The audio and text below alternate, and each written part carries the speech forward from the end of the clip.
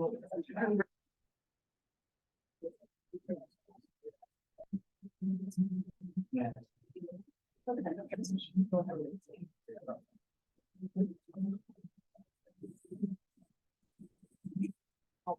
can call, but you can call it the meeting to order. Leipziger. That's okay.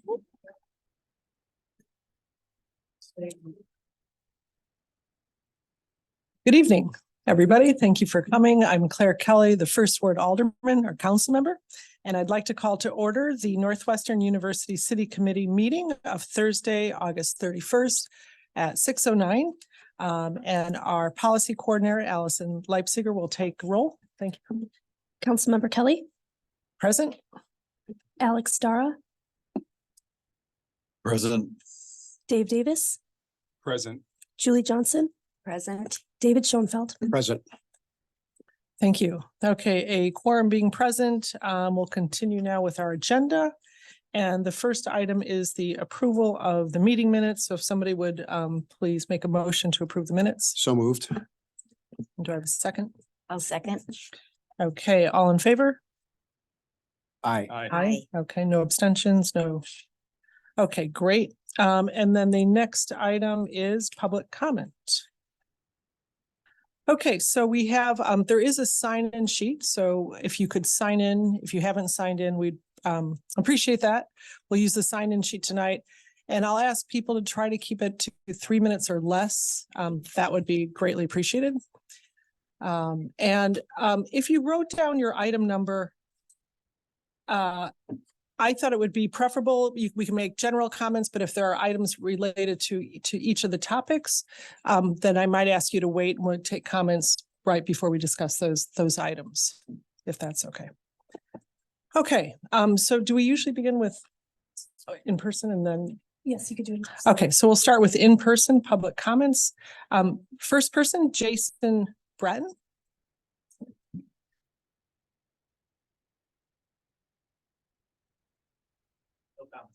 Oh, no comments. Okay. Next, I have Marianne Wexler. Yes, please.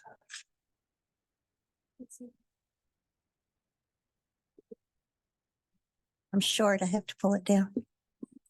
I have a general question about the stadium proposal.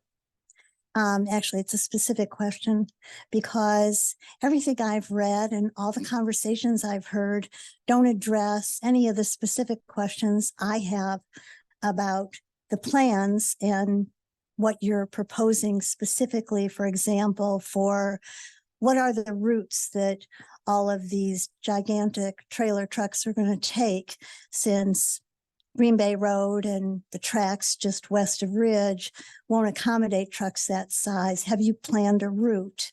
And do you know how long it will take? There's lots of different numbers about what will be the setup time and what will be the takedown time and how much of that will be through residential streets. Where will the trucks go? Those kinds of specific questions I would like Northwestern to answer, because, or maybe I've missed it, but I haven't heard any answers to any of those kinds of questions. Thank you very much. Let's see, next we have Mike Vasilko.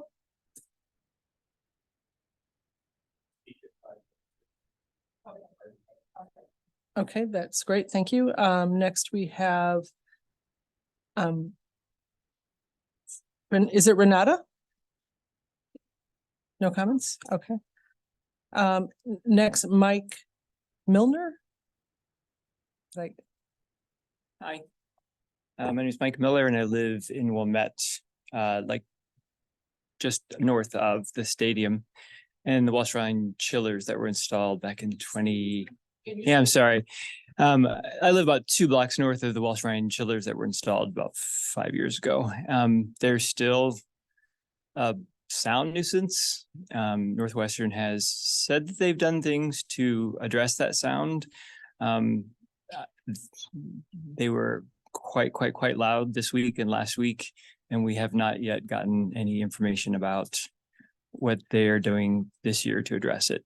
Supposedly something was done ended in June, and nothing has changed since then. Thank you. And we do have that on the agenda for this evening. So for item 4.5. Thank you. Okay, next we have Aaron Cohen. Unless you want to wait till we discuss item 4.3, Aaron. I can It's go up to now. you if you want to wait or if you Oh, want. Whatever you prefer. I have no idea how this might fit into the formal agenda. So I can just make the comments. How would that be? Okay. It's good to be back. Good to see everybody again. Councilmember Kelly, thank you for inviting us to comment. I really want to thank U.S. District Judge Maldonado for reminding those in the city and at NU who tried to silence us residents that the contractual language of the consent decree is, as she said, crystal clear, and that, quote, no one limited the discussion of the commitment to the local historic districts. I hope that judge's ruling has cleared the air and that we'll be able to deal here with some substance and not subterfuge going forward. I have a few questions I'd love to have answered, and maybe it's the city manager who's the one who could do it. And I'm curious who in city government instructed Corporation Counsel Cummings to collude with NU's counsel to mute our voices and quash discussion of the Ryan Field project in these meetings. I'm wondering who gave that order. Was it Mr. Stowe? And what was Mayor Biss's role in all of that? And while we're on that topic, I'm curious who in the city decided to nix the acoustic expert Arup at the last minute and go with an unqualified firm, Interwest, to assess NU's environmental report. Fortunately, some Wilmette residents stepped to the plate to have a thorough study done of the acoustic impact. And, I hate to say it, but just as with Northwestern's athletic scandals, the truth will out on these and other matters. And we eventually, I think, will hear about the separate deals NU seeks to cut with various individuals. We'll find out who's negotiating with whom behind closed doors. And ultimately, to the public's detriment, I believe, and at our expense, try to ram what I see as a mad and certainly maddening project down our throats. Thank you. Thank you.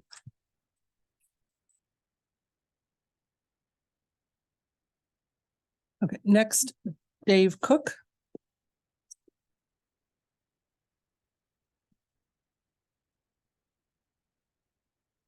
Thank you for having me here. Thank you for meeting. Thank you for all attending.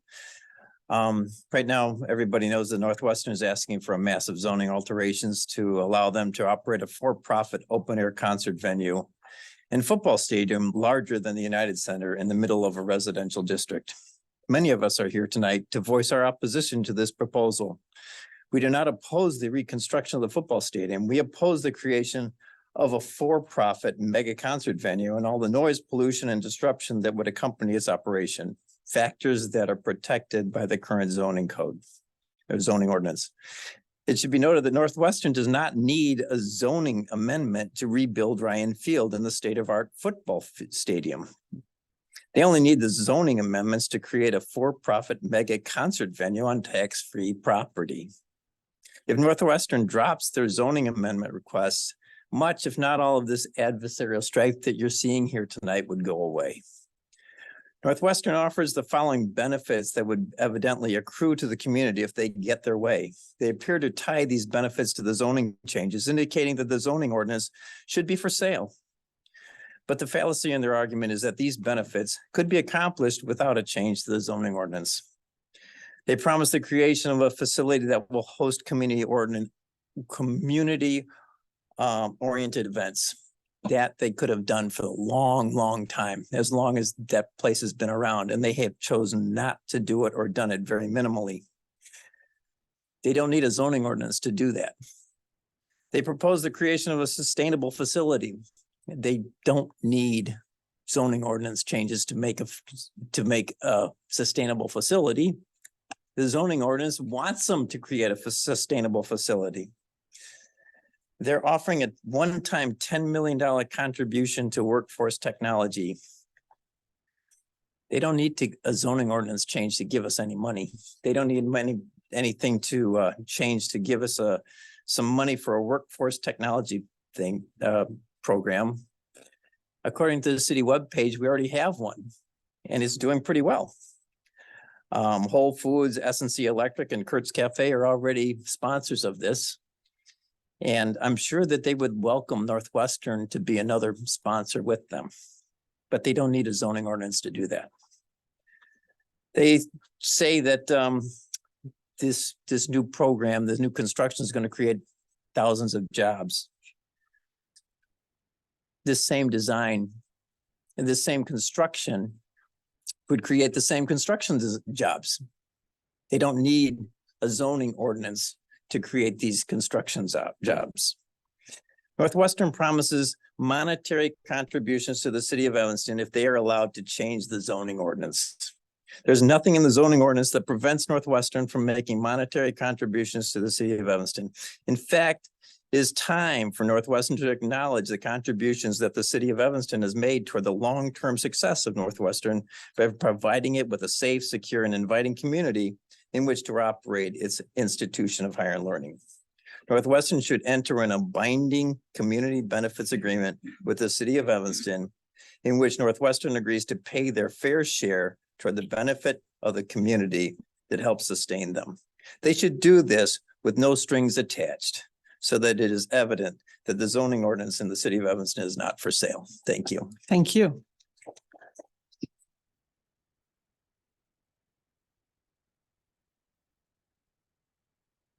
Next, Tricia Connolly.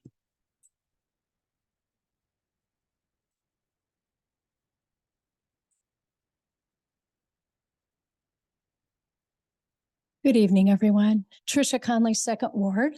I am glad to see everyone here tonight. That is promising, I hope.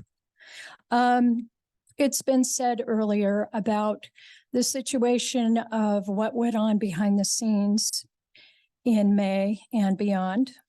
Perhaps that's the reason Northwestern wasn't at the last meeting. We don't know. Our city manager, Luke Stowe, says he did know about it, but that's all we've gotten. And I am using this venue to really ask for our city to not undermine a process that needs to happen with the public here. I don't know what Daniel Biss has to say. I've reached out to him. I never heard back. I don't know if anyone else has heard back from him, but it's silence. And this is not okay. It is not okay that we had a person working for the city on our taxpayer dime, going behind us and working out a deal with Northwestern and going to the court. My goodness, how much time was spent on that to actually do something behind the scenes against the public? This is shameful and it cannot happen again. And I want to hear from Daniel Biss and Luke. We would love to have a further explanation about how you're going to clean this up. Thank you.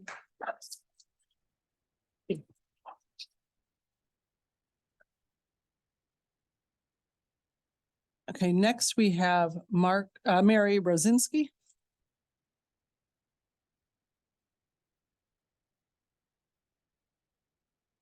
That's my great handwriting. First of all, I want to thank you, Mr. Schoenfeld, for doing the motion to keep our voice here. And I'm really sad for the city of Evanston that a private resident had to do that and that you three did not know about it.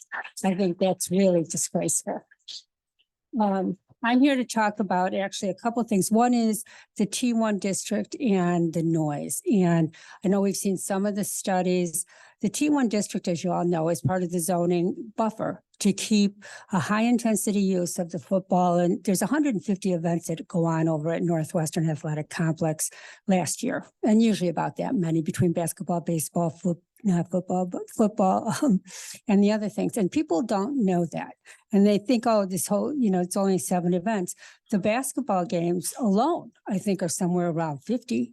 And those are high intensity and they cause a lot of traffic and noise and congestion. So the parking lot, the T1, is supposed to buffer the athletic field from the residential neighborhoods, and it does it, but it's highly used.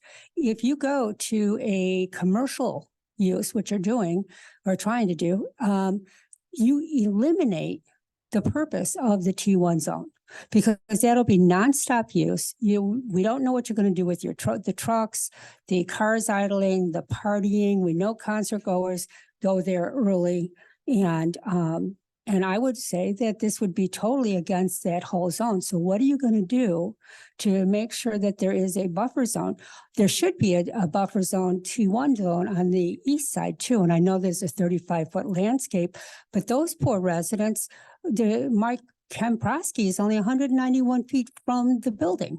And that brings up the mechanicals and the chiller noise because that whole street of Asbury is going to be subjected to the mechanicals that we are now experiencing going north. The chiller noise is a high-pitched noise. And since 2018, I have a trail of emails between the city and Northwestern saying, we'll deal with it. We'll solve it. It's never been solved.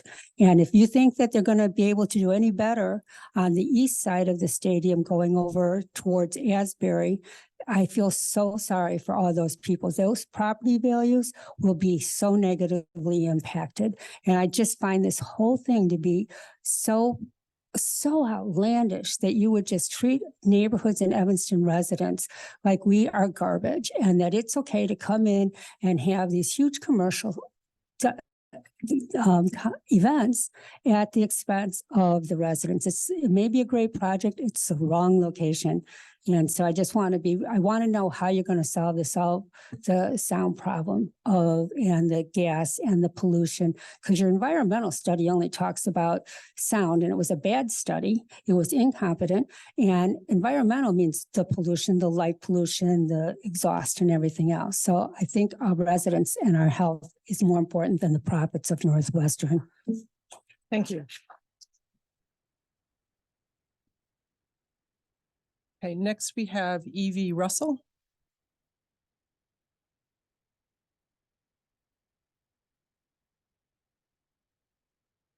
Evie Russell, 7th Ward. I don't really know what to approach first. Regarding the, you're asking for relief, Northwestern, from parking regulations because you're near the transportation and you have such incredible way of managing traffic, which is, by the way, not true. And then at the same time, you're asking for cutting down that buffer zone in the east lot because you want to follow parking regulations. And I'm saying, what chutzpah? I mean, it's absurd. The other thing is, I speak, I think, for a lot of people saying that we're opposed to even one single concert because of the zoning change provides NU a clear path ahead to introduce additional commercial or professional events in the new district.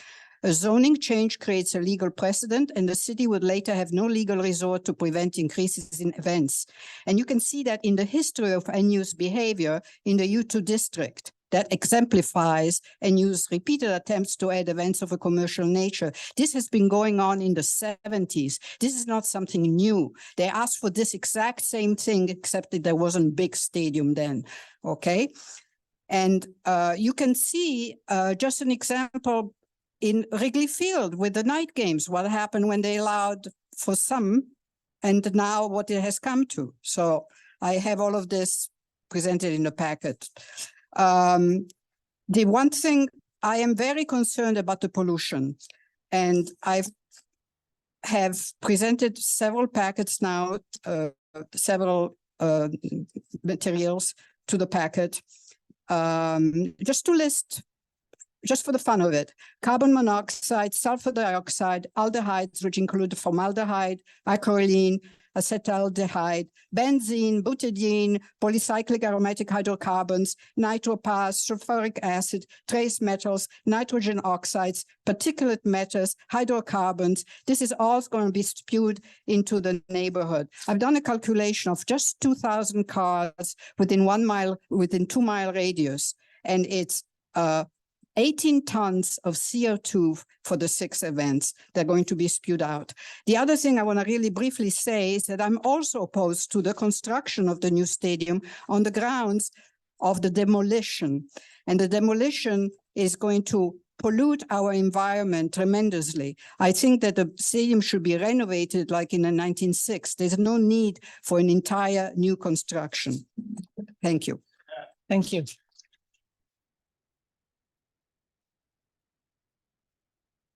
Okay, next, Serena McBride. Okay. 4.5. David DiCarlo.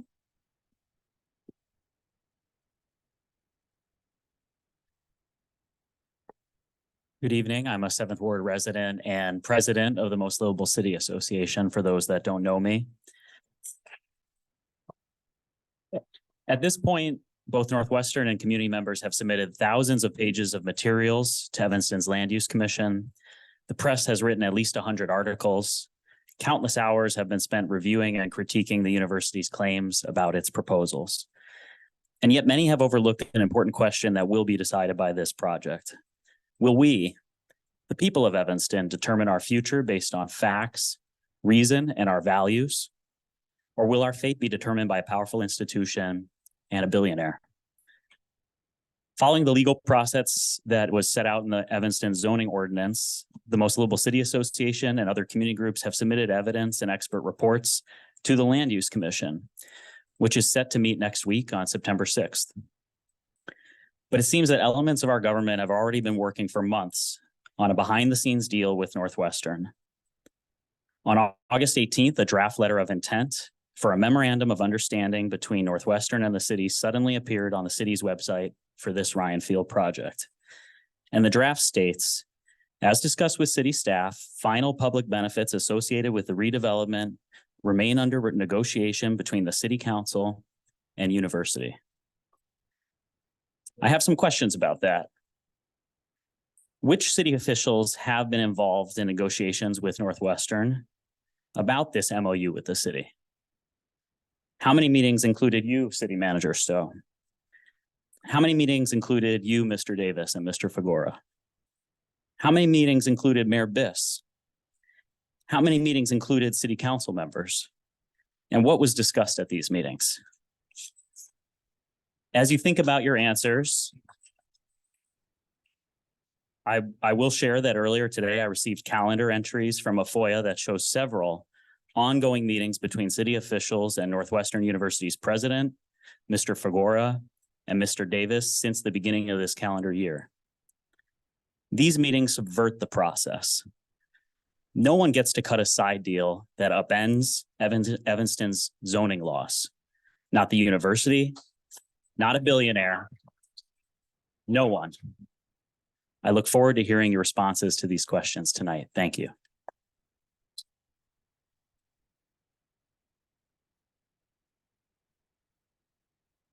Next, Deb Moran.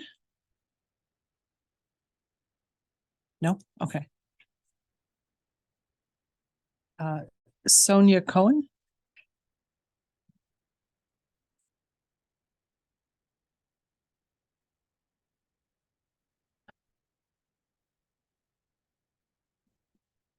Like many before us, I want to thank Claire and Dave particularly for their fast action to ensure that this meeting continues and that the city of Evanston, the residents, have a voice in what is going on, which, as Dave DiCarlo has recently mentioned, is questionable. So I hope those questions get answered by our Mayor Biss, by Mr. Stowe and Northwestern, and that this is a more forthright process. I am going to talk a little about traffic and congestion. So even if Northwestern promotes and encourages CTA usage, the maximum number of persons who could ride the CTA Purple Line over 2-hour peak time before and after a concert is 15 to 16%. We estimate that a maximum of 4,600 people could ride the CTA, not 8,550, as the Kimley Horn report says. And this estimate's based on the Purple Line, 6 cars, 4 trains per hour, all fully loaded to 80% of crush capacity for 2 hours. That's 96 passengers per car. And that all the passengers on the car would be going to the concert. So this is even unrealistic and overly optimistic. By the way, only 15% of Cub fans ride the northbound train. The Kimley Horn, and this is from the Kimley Horn report. The Kimley Horn report also makes the unsupported assumption that 10% of concert attendees will travel to and from the concert using the Metro UP North Rail line. The 10% estimate matches reported data from Ravinia. However, the 10% Ravinia estimate already includes an extra train that Metro operates on concert dates. These trains are usually full of Ravinia patrons, and they will not be able to accommodate an additional 10% of new passengers who want to attend a Ryan Field concert. So at most, it will be 8% of attendees who can get up to the concert by Metro, and 15 to 16% by the CTA. So that means that the personal auto usage that was estimated to be 52% would be 68% of concert attendees. Further, this is based on a number of 28,500 attendees, when Northwestern now states it's going to be 35,000 attendees. Kimley Horn did not use that figure. So, count on an 18.5% across the board. That's been missing. That isn't in their calculations, and that will impact the traffic and congestion that we can anticipate. So there'll be far greater auto use. Further, I would like to say that Northwestern has not submitted a traffic management plan for the demolition and construction phases of the stadium project. Northwestern has not submitted a traffic management plan to show how large equipment and semi-trucks will access and circulate through the community, site, and loading area to deliver and remove concert venue equipment. Northwestern has not submitted a comprehensive event traffic management plan for proposed concerts and other events. And they have not submitted a traffic plan for unlimited events of 10,000 people, which are larger crowds than our baseball, the collegiate baseball games of 7,039 people. Kimley Horn did use some software capacity to determine what the intersections would be like, and that is really called into question because anyone who has been stuck in traffic for a basketball game knows that Ashland, Central, and many others are backed up. Thank you very much. Thank you. Okay, next, Fiona McCarthy.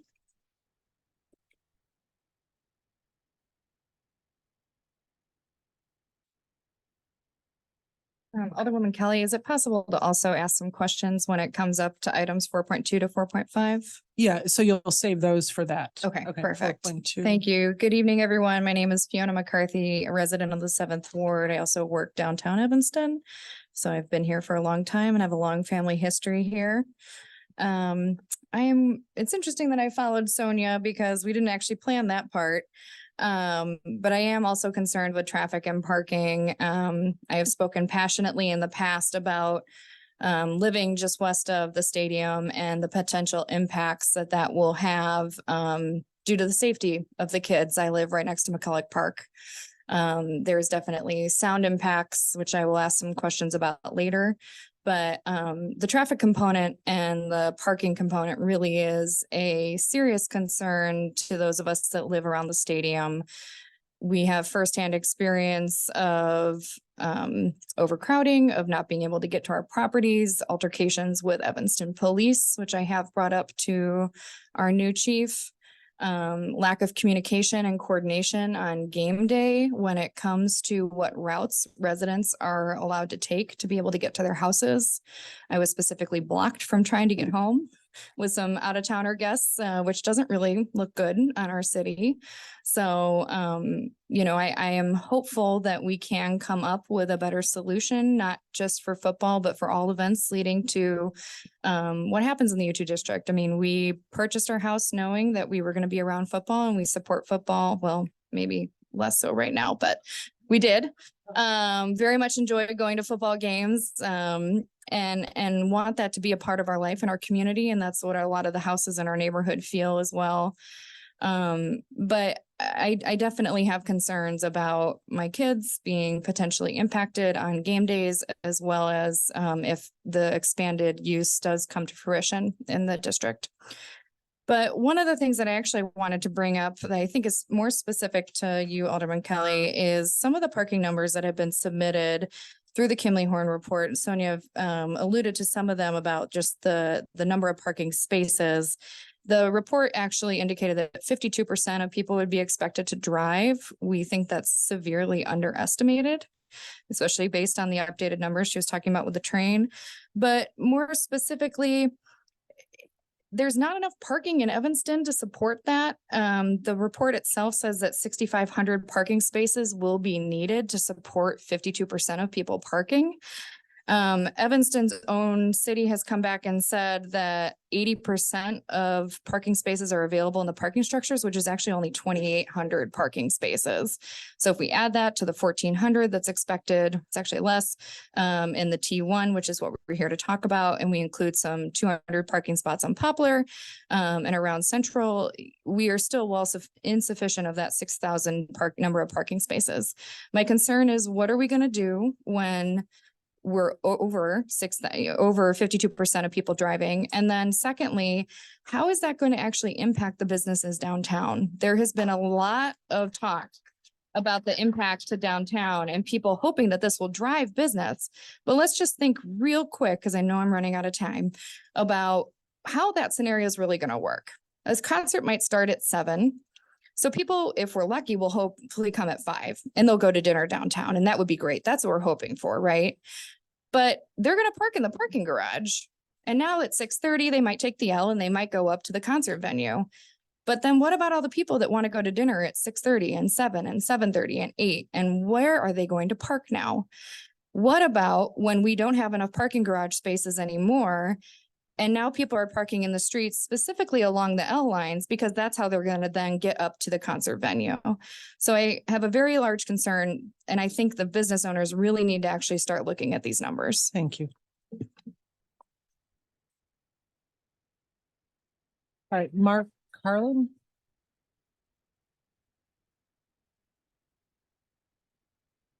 Good evening. Thank you for your hard work. I'm in the 9th Ward, and this spring I received, like most of the people here, a very glossy brochure from Northwestern that said they had done polling, and I believe it said 60% of Evanstonians supported a new Ryan Stadium. I'm familiar with polling. I would have loved to have seen what are called crosstabs on that, meaning if you told the person a new Ryan Stadium with 10 concerts a year that will sell alcohol and that will congest streets, I don't think you would have arrived at the 60% figure. I draw that conclusion from personal experience when I meet people who don't support Ryan field, the new Ryan Field, or do, that's their opinion. But most of the people I meet hardly know about this actually. And when I ask them, would you support a new Ryan Stadium? They say yes. I said, would you support it with 10 summer concerts a year, with tens of thousands of people coming in the area and congesting the city, and that alcohol would be served? Almost to a person, they say no. So I think that I agree with the former speakers that it's been very high-handed of whoever in the city government or working for the city government, Evanston, has been working behind the scenes with Northwestern. And I think it's incredible arrogance that, and I was at the last meeting and when there was no representation from Northwestern, that the city, former city corporation council and Northwestern tried to end basically the mandate of this committee to discuss Northwestern and Evanston common interest. And it wasn't just a rebuff in terms of the reaction of the judge who heard that effort to end the consent agreement. She wrote a blistering rebuff to that attempt by Northwestern and the city, former city corporation council, to eliminate Northwestern having to be here. And with all due deference to Mr. Davis, I'm sure he has a second in command who could have been here at the last meeting. There was a woman who spoke up at that time and said, well, Mr. Davis's vacation is with his family in Trinidad, and you should understand. No, Northwestern didn't want to be here. And that's really arrogant. What I see happening is that if the land use committee votes for rezoning and then the city council votes to pass the so-called new Ryan Stadium as Northwestern proposes, there's going to be tremendous backlash once the people in the community realize what has happened, realize why Sheridan Road all the way down to the south of Evanston around Sheridan Square is crowded and jammed with people coming in and leaving, some of them after when they're leaving drunk. So I think it's enormously important. I want to finish by saying that I used to live in Wilmette, and we all know the Wilmette City Council unanimously voted in opposition to the proposed new Ryan Stadium by Northwestern. And I think that the city council will be inviting a lawsuit from Wilmette if they pass this proposal. That means more dollars spent without having citizen input and without having negotiations in the open. And I hope that this committee and the board will consider these issues. Thank you. Thank you.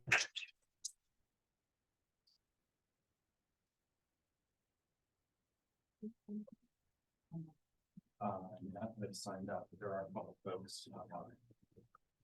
Might want to do a call. Okay, if there are any people online who would like to comment, and again, I'll remind people to please keep it to 3 minutes.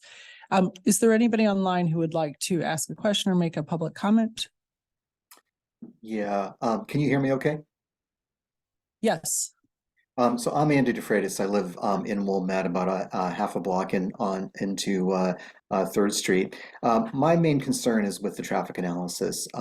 I think that if you actually take a look at the numbers that are written there, the assessment makes no sense. And there are actually 2 things specific, actually 3 things. One is the fact that somebody earlier was mentioning the idea of the traffic being spread out over 2 hours. I think that my experience is that when you leave a concert, when anyone leaves a concert, they expect to be away from the concert venue when the concert occurs at night within about 60 minutes. And so I think that if you look at moving people within 60 minutes away from a concert venue, if the concert ends at 10:15, they want to leave at 10:30, the logistics just don't work. I think that, one of the things is if you look at the CTA runs that were mentioned earlier, I agree completely. But if I look at that, I think about trying to get 24 CTA runs into 60 minutes, which is when people expect to leave. That just doesn't work. That's impossible. What's amazing to me is that the transportation analysis, which was a traffic analysis rather than really a transportation analysis that included assessment of public transportation, whether it's realistic or not, the assumptions that they made, but also pedestrian traffic. Those things weren't included and they really should have been. The other thing is that when you look at the whole parking analysis, they talk about 9,200 people parking downtown and having those people taken by shuttle to the venue. When they actually run their calculation, they basically say that would require between 75 and 115 shuttle buses running multiple runs. And yet when they have a summary table about how many shuttles are going to be leaving the concert venue at the end of the concert, they only include 60. If you do the numbers, in order to bring 9,200 people from downtown up to the concert, you would need 230 shuttle runs. 230 shuttle runs would be a run every 15 seconds for an hour after the concert if you really wanted to move those people downtown. And so maybe they're actually right. Maybe you can't do 230 runs in an hour after the concert. But if not, if it really was just the 60 shuttle runs that they assume, that means that 6,800 people would be leaving the concert venue and having to walk to the parking garages downtown. If you add to that the 8,500 people that they think are going to be taking the CTA, you've got essentially 15,000 people walking out of the concert venue, not taking a shuttle, not being picked up by Ubers, but walking through the city to get to CTA locations and to get downtown. And that's simply not reasonable to invoke that on the city.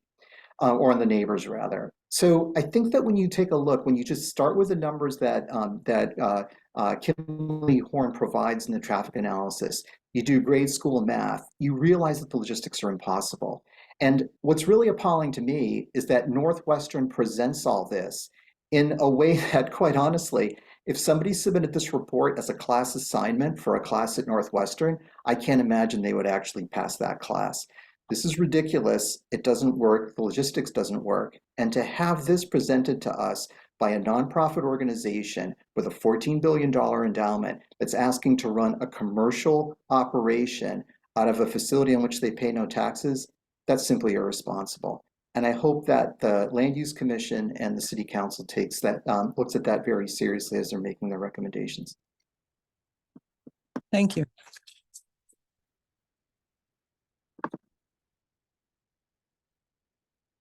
Other comments from online? Okay, nobody else? Okay, one other, okay.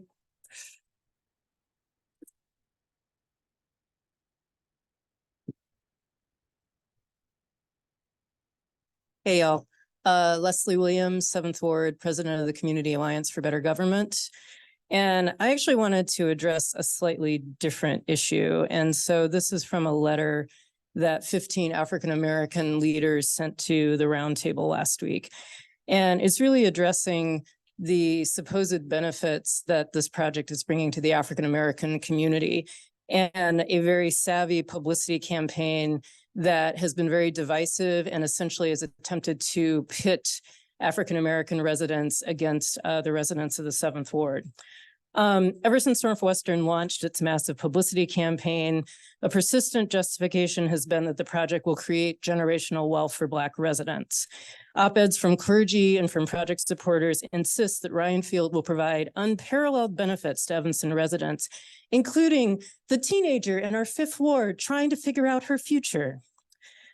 As Black community members, we take offense at this reasoning. We are angered that NU's publicity campaign has intentionally pitted Black residents against their neighbors.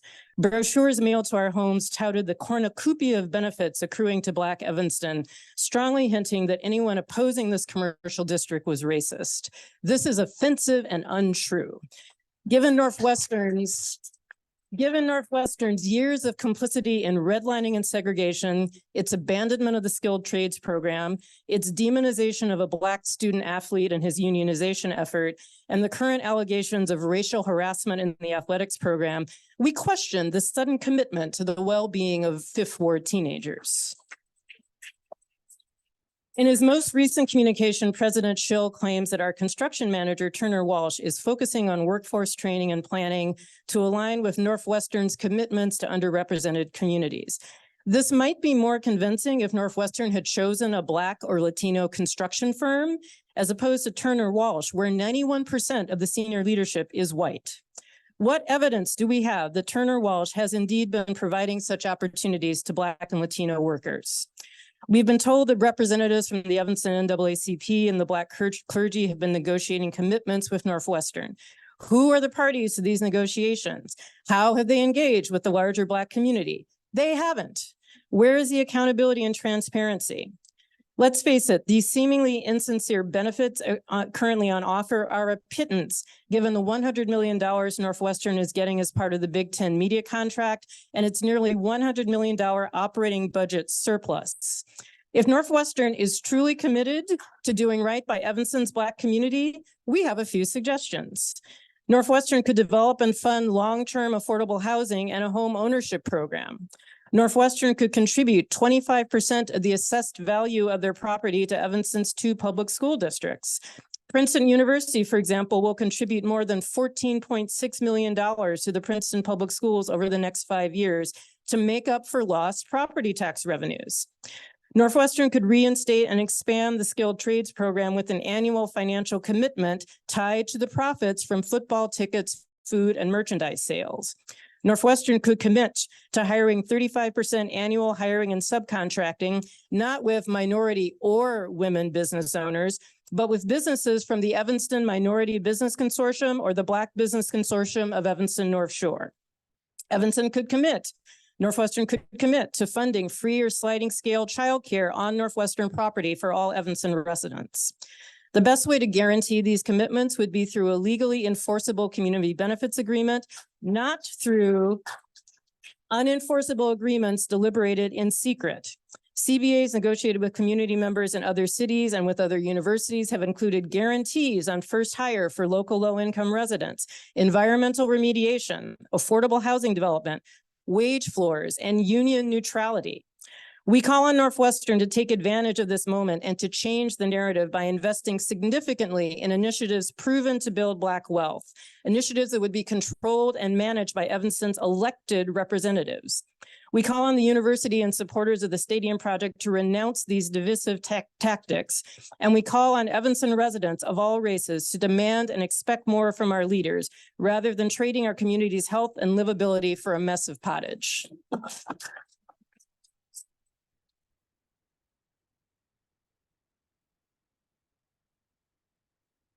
Thank you. Okay, I believe that was the last public comment.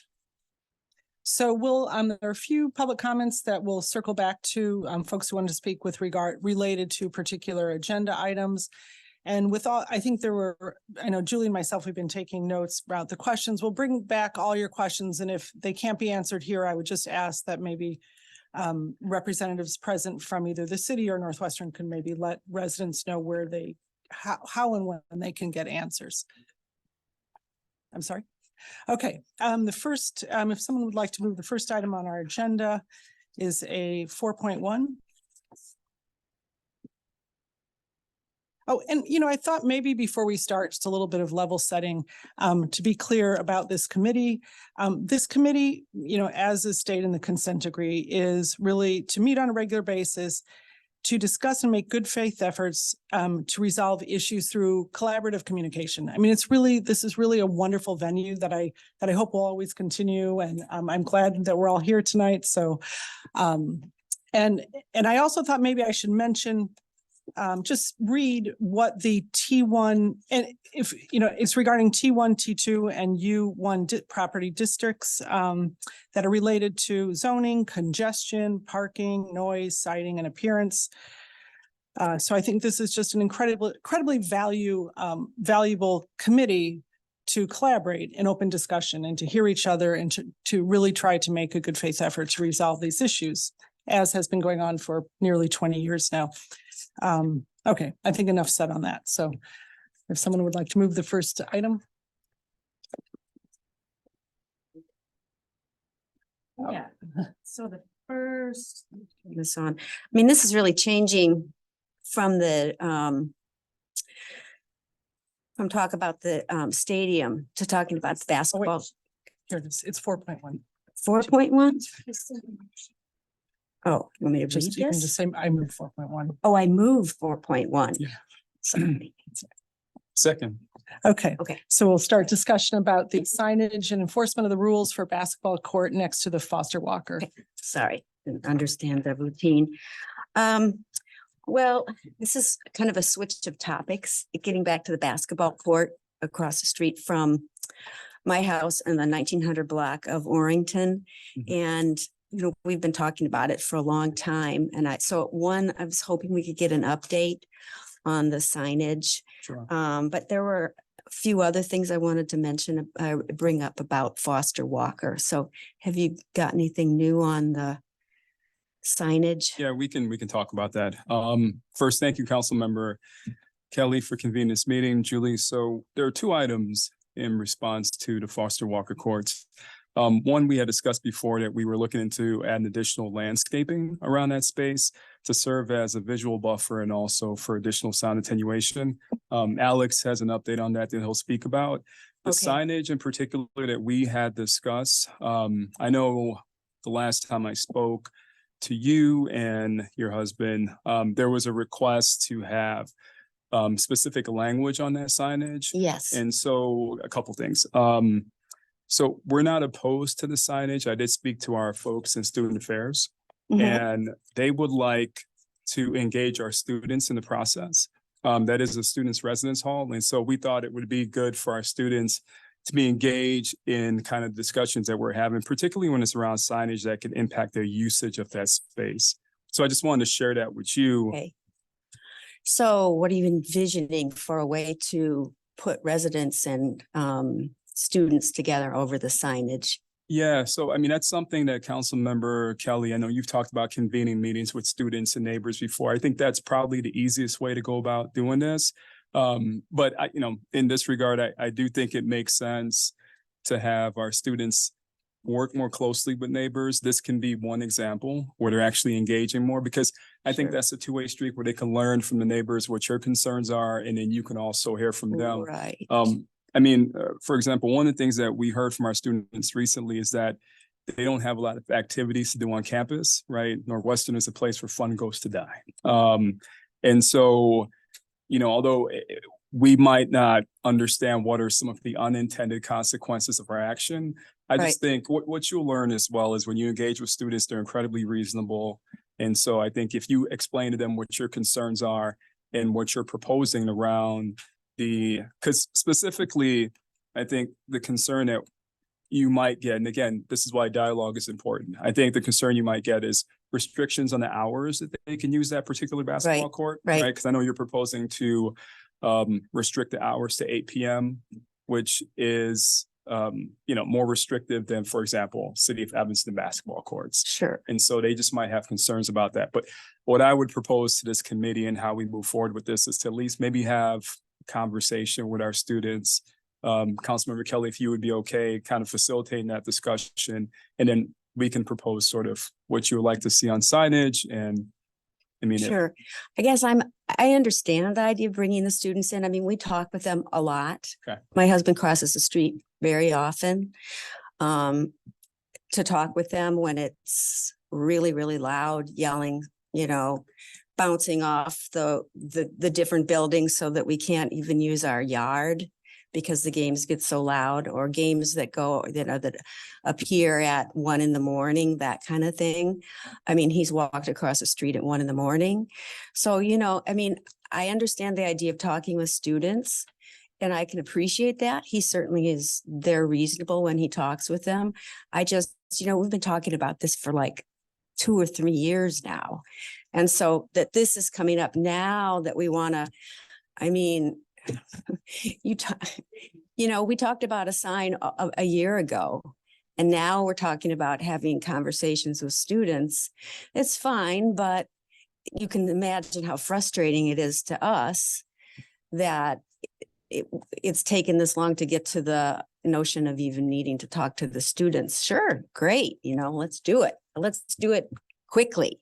And then let's get that sign out there, because it's, my opinion is if there's signage, they'll see it, they'll respond to it, and we won't have to be harassing them. Well, not harassing, but marching across the street. Hi, can you turn off your music? You know, can you, you know, it's too late to play, that kind of thing. You understand? And can I just clarify one point? So Sure. we're not opposed to the signage. I think the concern, well, not think, the concern comes in what specific language is included on that signage, and if that language is restrictive to when they can use that court. So for example, when we spoke before, when I spoke to your husband, I said if it was simply language about being more neighborly, you know, asking the students to be more neighborly, you know, conscientious of the neighbors in the community, that's something that we would be willing to sign off on. But Yeah. when we're restricting the hours of that area, Well, that's where I would. Sure. And that's why we need to have, and maybe we shouldn't hash it out right here, because there's a lot of other things on our agenda. But we have a problem with just be neighborly, because that it's hard for people to, one person's neighborly, especially when we're separated by 40 years, you know, of age, is a whole lot different, you know.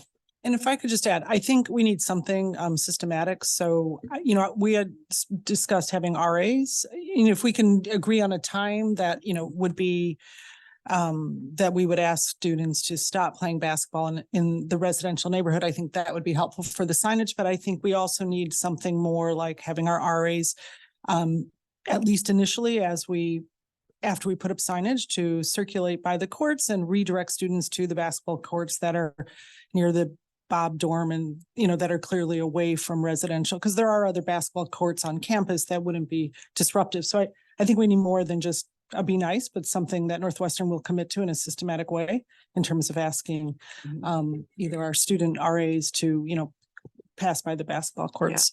Dave, if I can make one comment, as you may know, I've lived next to a building that's got a lot of student residents, and you know, by and large, it's been great. No major objections, but and they have been very responsive. But what I have definitely found over doing this for nearly 30 years now, when I do have to go over there and talk to them about, you know, being neighborly, it's really helpful to have something specific for them to understand and focus on. Because as Julie pointed out, you know, their idea of what's late differs from, you know, the mother of or father of school age kids, right? So that's why I think maybe, I mean, you can look at it as restrictive, but you can also look at it as just being clear, right? Like that. Yeah. Yeah. Yeah. So the next steps are. So do you right now, is there a time that or do you want to come to an agreement on a time that you feel the specificity, I think that Dave mentioned, is important? And I thought that there was a time that was. Can I propose something that we convene a meeting with our students, student affairs staff members, myself, neighbors, and you to talk about signage at the basketball court? That makes sense. Yeah. Okay. Let's find it. We'll do it by Okay, so email. we'll do that on email afterwards. Perfect. Thank you. Okay. I'm just gonna. We don't have to move. Okay. All right. The next item on our agenda is 4.2, discussion of, we don't have to move these since we're not voting. These are discussions. Discussion of consistent timely notification to residents abutting T1, T2, and U2 districts regarding renovation and construction plans for existing properties and related noise, congestion, traffic, and parking. To provide appropriate NU contacts for the neighbors with questions and concerns. And Julie, maybe you can speak to this a little bit. Yeah, this is just a kind of a detail I wanted to ask you about, Dave. A neighbor on my block had a concern and she called community relations and she got a different name of someone that she might be in touch with. So we wanted to just clarify that person is, El Dashian Nix? yes, right.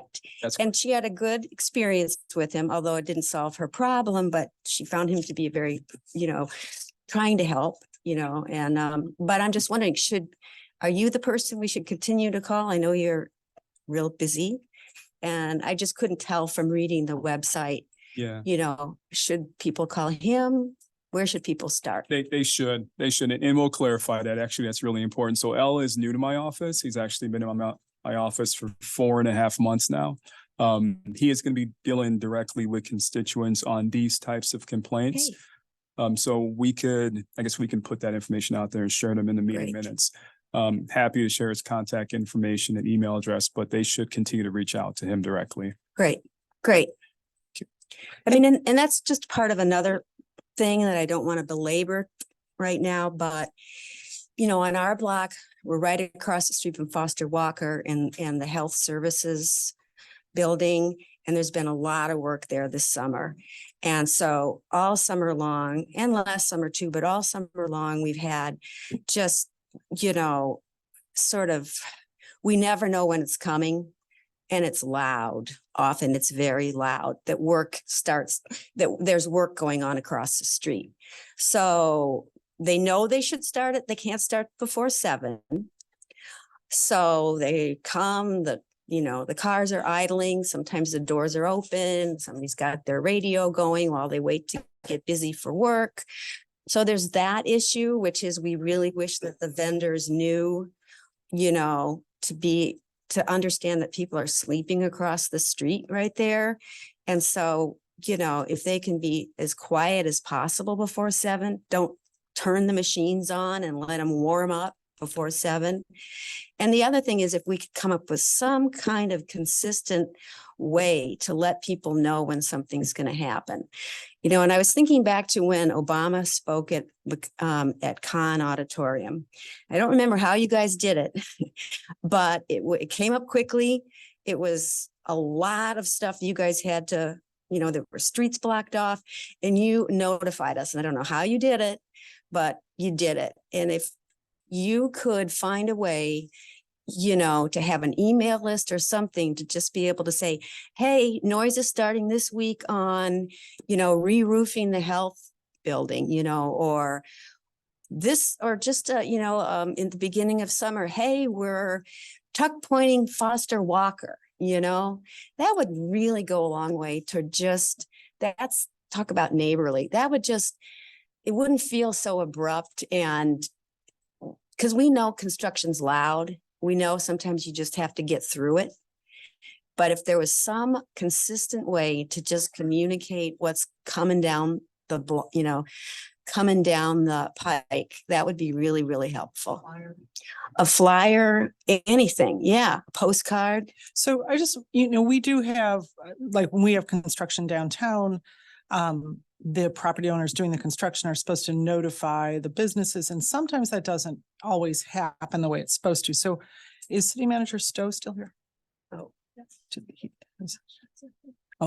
So I'm wondering if City Manager Stowe, is there also a name? So and I'm sure that Northwestern also has to adhere to our regulations regarding start times and all that. Could we have on that flyer that also a contact at the city? I think it would be helpful to have it's L. Is that his name? L.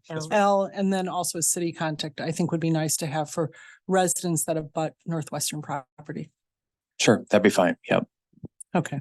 And just who would that be that residents would contact generally?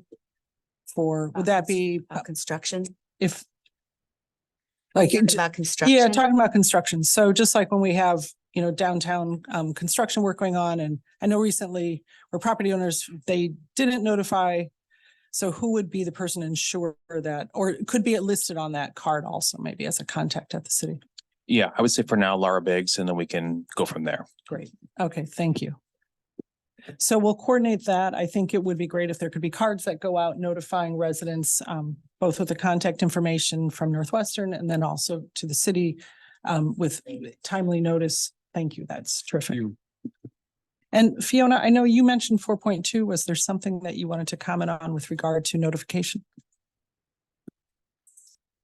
I'm not sure where else to do this, so specific to game days, so totally not other related. My request is, how do we formally restrict event day parking in the R6? I know that the R6 was recently expanded or was put forward to be expanded. I'm not sure if that was finalized or not, but I know postcards went out and I know that Eleanor was working on that, but I need to understand the process to officially request restricted parking in the R6 district. Great, thank you. City Manager Stowe, would you be able to respond to that? I know there are a couple items making their way through the referrals committee and then onto committees. So maybe we can talk about the exact block that you're talking about. And I can, Okay, maybe we can just talk after that. yeah, that'd be great. And then my follow-up question is, on game days, how do we actually establish a process between Northwestern and the city so that there is communication that is going out to residents about what streets are going to be blocked, what proper traffic patterns are going to be? Like I said, this is a repeated issue on game days, and I'd really like to get some clarity on that this fall. So is there a response or proposal? I mean, I think it would be similar to what we just discussed. Yeah. I mean, that's potentially one idea. In terms of citywide communication, we kind of rely on the city to communicate with Evanston residents. We can certainly partner with, I know we've partnered with the city manager in the past. We, every Tuesday before a home game, we convene an all-staff meeting between university representatives and the city of Evanston representatives. We talk about logistics and operational planning. There is a discussion around communication. I will mention this to that group. I'll mention this conversation to that group when we meet again. And I think, these things are solvable, right? I think trying to get this information to the right folks in the area. So Fiona, thank you for raising that. We'll figure out a system and then communicate that to neighbors.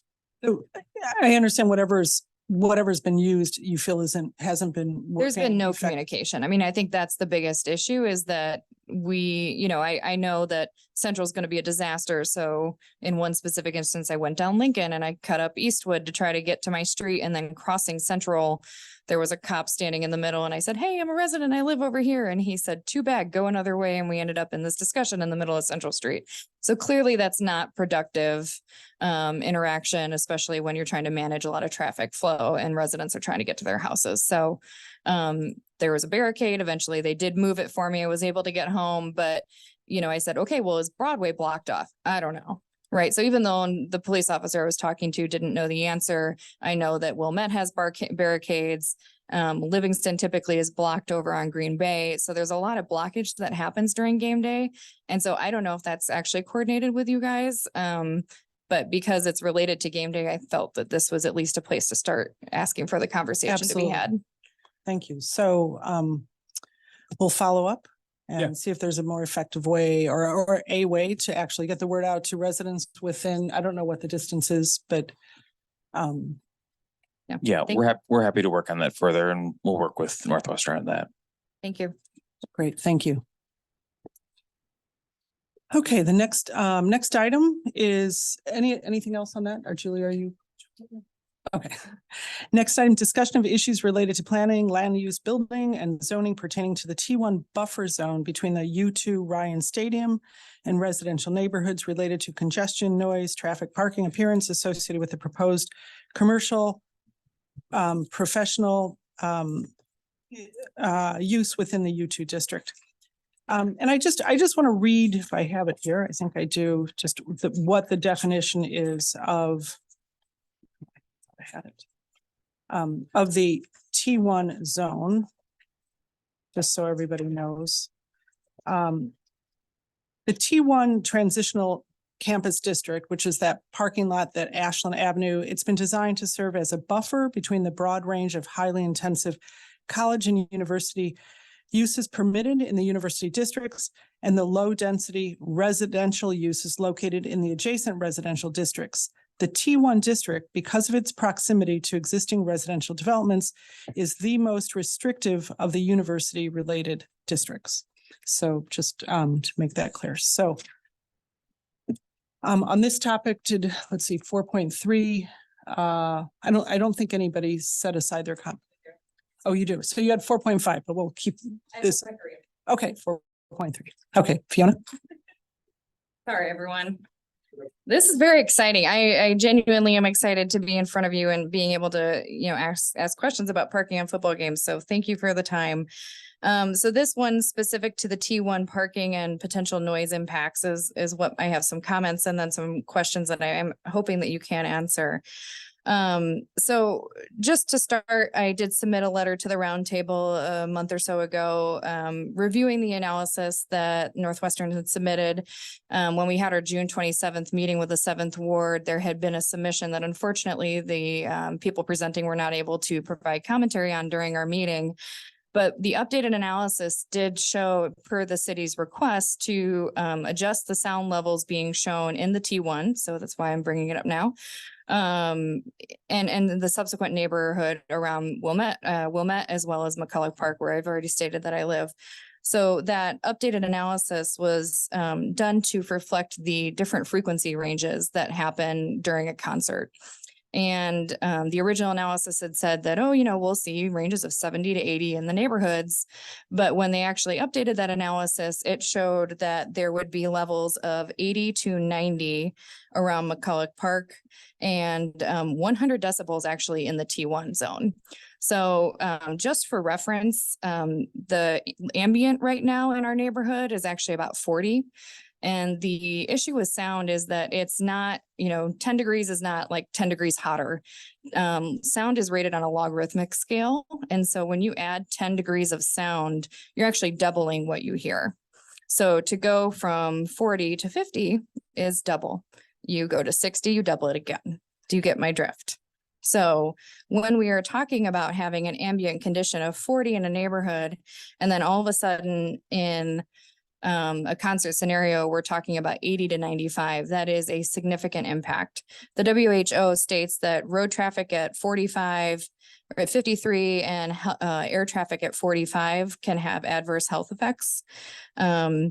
We know that impacts brain endocrine systems, nervous systems, arteries, cardio, heart attacks, and children are particularly vulnerable. And as I've stated, my children are probably my biggest concern with this whole project that's being proposed.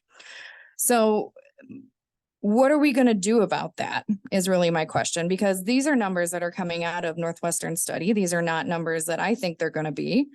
And so if we're projecting 100 decibels into the T1, and then that is continuing to expand out at rates of 90 and 80 into the parks in our neighborhood, we are going to be impacting our children's health. We are no longer going to be able to go for walks. We are not going to be able to go to the park. And on the summer nights when these concerts are proposed, we will have to remain indoors in order to protect our health. So my concern is, what are we going to do to mitigate that? There were suggestions made in the study, but they are not in the current design. Having the canopy was included in their analysis, so I will refute that will not help. We already know that even with the canopy, we're going to see those sound levels in the T1 and into the neighborhoods. And so if we're going to see those sound levels, what are we going to do about it? One of the things that Northwestern could have done was provide a noise impact study, which is similar to those impacts that I already listed, like the endocrine system and cardio and heart impacts. That should have been included. I'm requesting it to be. And I'm wondering, Mr. Davis, if that is something that is planned. Sure. So I don't think any of us up here are sound experts. Oh, sorry. Okay. Luke Figura, with the university, sorry. I don't think any of us up here are exact sound answers, so experts to answer all your questions. I do know that the university will have its sound experts next week at the Land Use Commission meeting, and we'll be there to answer any questions related to sound. So hopefully they can cover those. I do not know the answer to your question specifically about a noise impact study. Is that, I want to make sure I get the words right to take that Yes, back. noise impact study would be the impacts to our health by experiencing for a 3 to 4 hour time period during a concert, sound levels at 80 decibels and higher in the T1 and in the neighborhoods. Okay, we will circle back with them. I have a follow-up question on one thing that was noted in the submitted reports related to sound is that supplemental generators are anticipated to be brought in for extra power for these events. Those can't just be wrapped in a box. There's heat that has to be dissipated. So I am interested in having an analysis done on that as well to see what can be done for the noise. As we've seen, the chillers north of the stadium are a continuing noise issue and have not been able to be addressed. And so I would hate to have the city of Evanston approve another noise issue that can't be addressed. Thank you. That's it. Thank you. Yeah. I think, as this relates to the buffer zone, we're here concerned about that and how we can mitigate the sound so that we continue to maintain a meaningful buffer zone between the U2 and the residential neighborhoods. So I guess I would add to my mind, there's two problems here. One is, does the T1 provide an effective buffer? Is the noise such that it would extend well past that?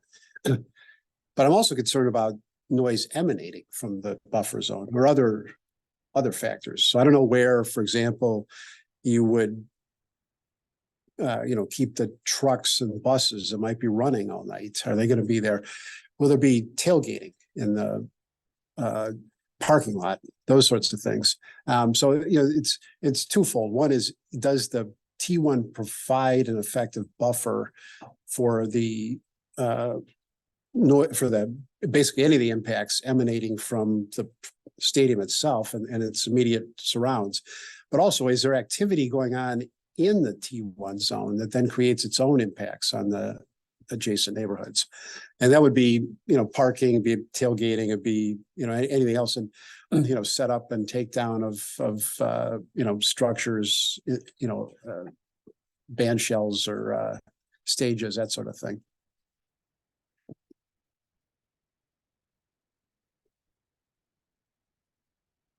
The question I have is, what uses would you make of the T1 zone itself? So my understanding of the T1 zone, as is used for parking now, and it will be used for parking in the future to support the events. So I don't think there's Parking any of vehicles. There's no, my understanding, there's no change in the use of that. So no trucks, buses idling in that parking lot? Not that I'm aware of. Okay, so there wouldn't be any staging, no semis, tractor trailers in the T1 parking lot No, the T1 parking lot would be for parking.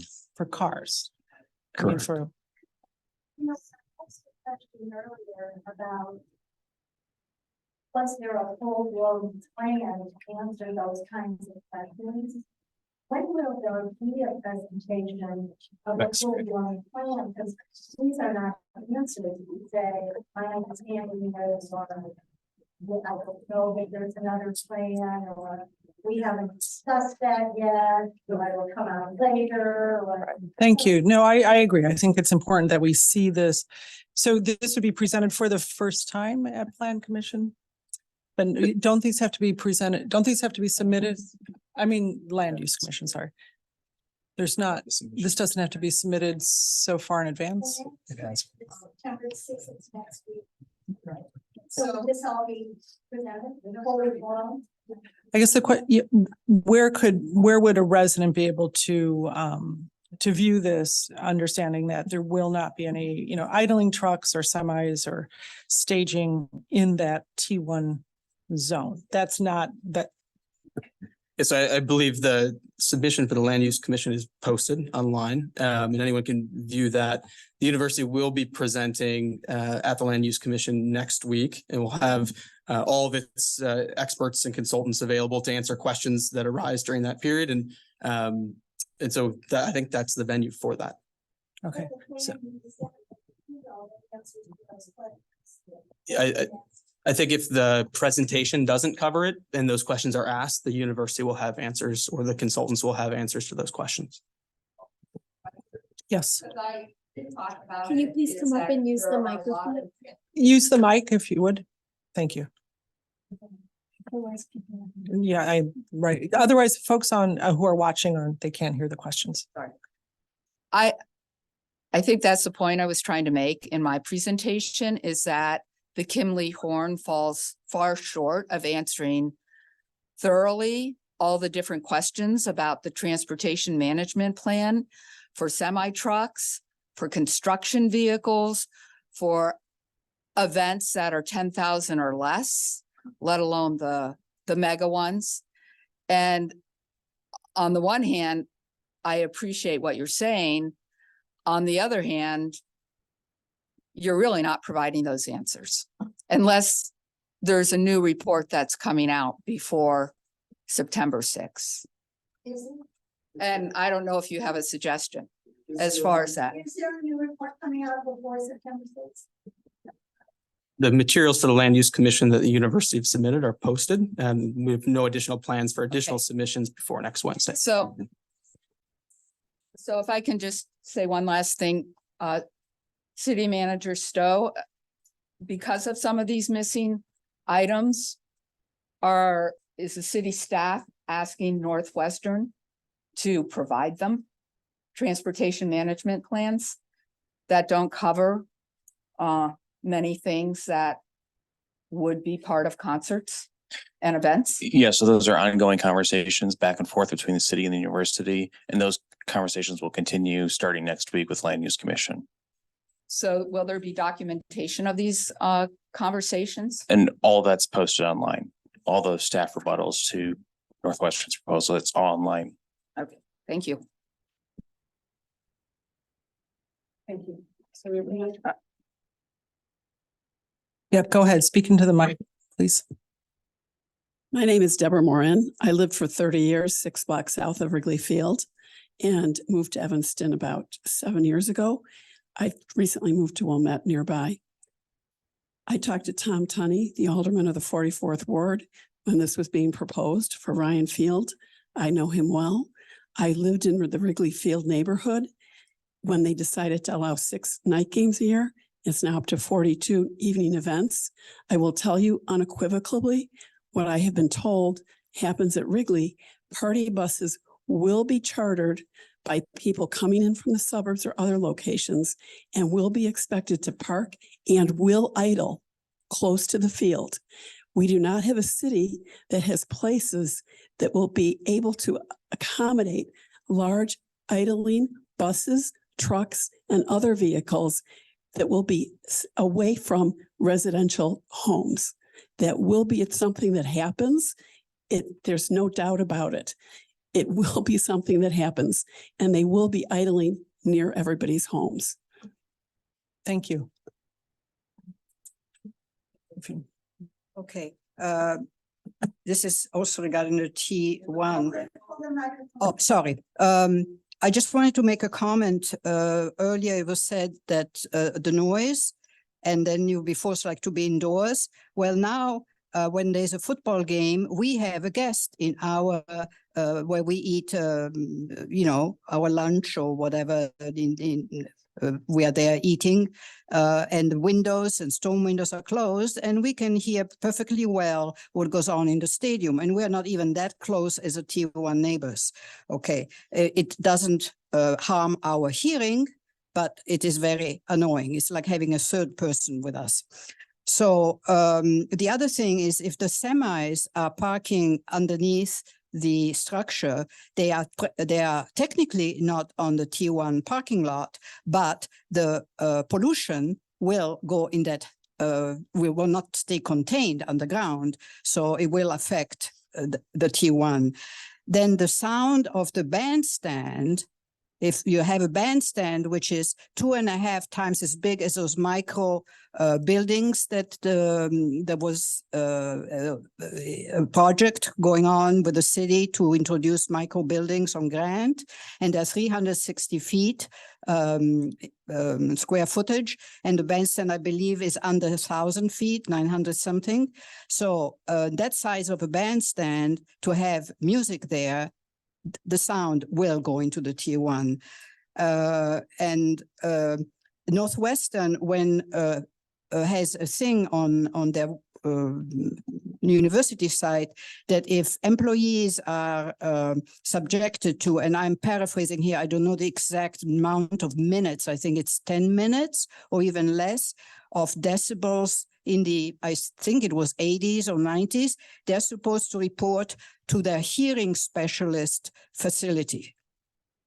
Okay, and that's for 10 minutes. Thank you. Okay, so I think, go ahead. And so I think the concern is about the effectiveness of this buffer zone. I would just like to go back to the idling question if we could for a moment.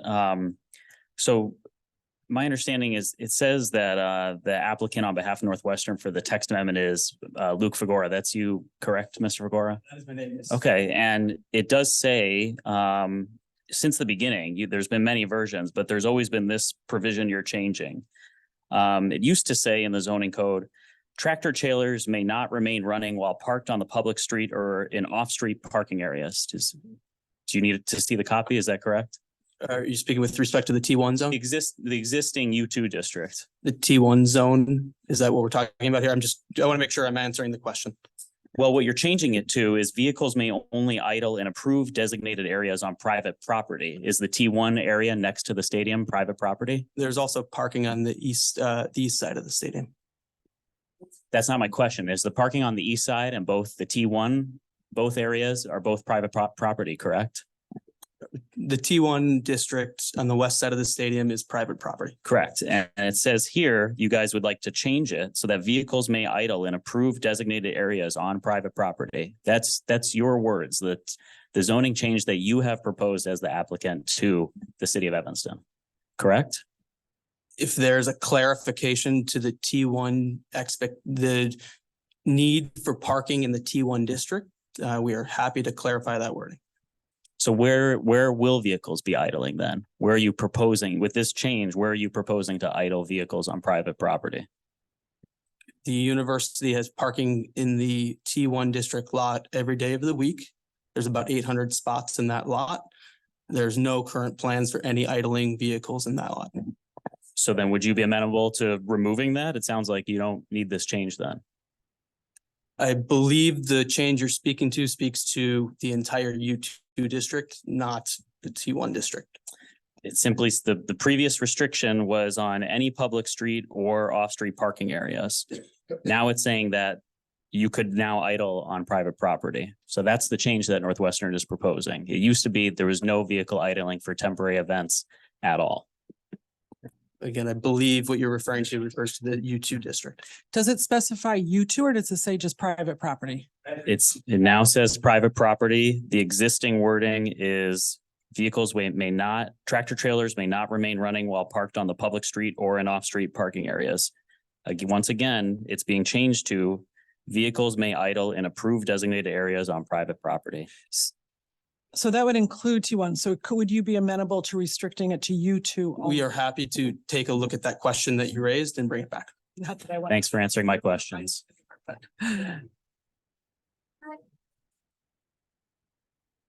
I guess all of this conversation, what I would like to know is what specific detailed responses in a plan will be presented prior to anybody having to vote, prior to the Land Use Commission vote, prior to the City Council vote, not all this back and forth. Well, I think it means this. No, I don't think we meant that. When are we going to get a firm, clear, absolute plan that answers all the questions you've heard tonight and all the dozens and maybe even hundreds of questions that have been forwarded by people in writing? The Land Use Commission has tons of pages. I don't know if you have access to those questions, but so far I haven't heard a single answer tonight. Nothing.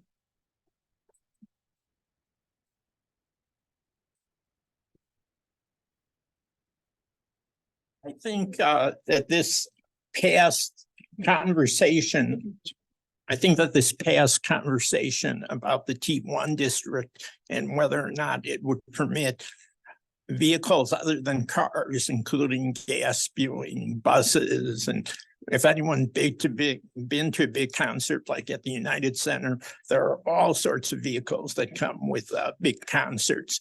And we've gotten very squishy answers tonight from Northwestern. I think the only solution to this is a community benefits agreement, which has Northwestern specifically complying with the needs of the people of Evanston.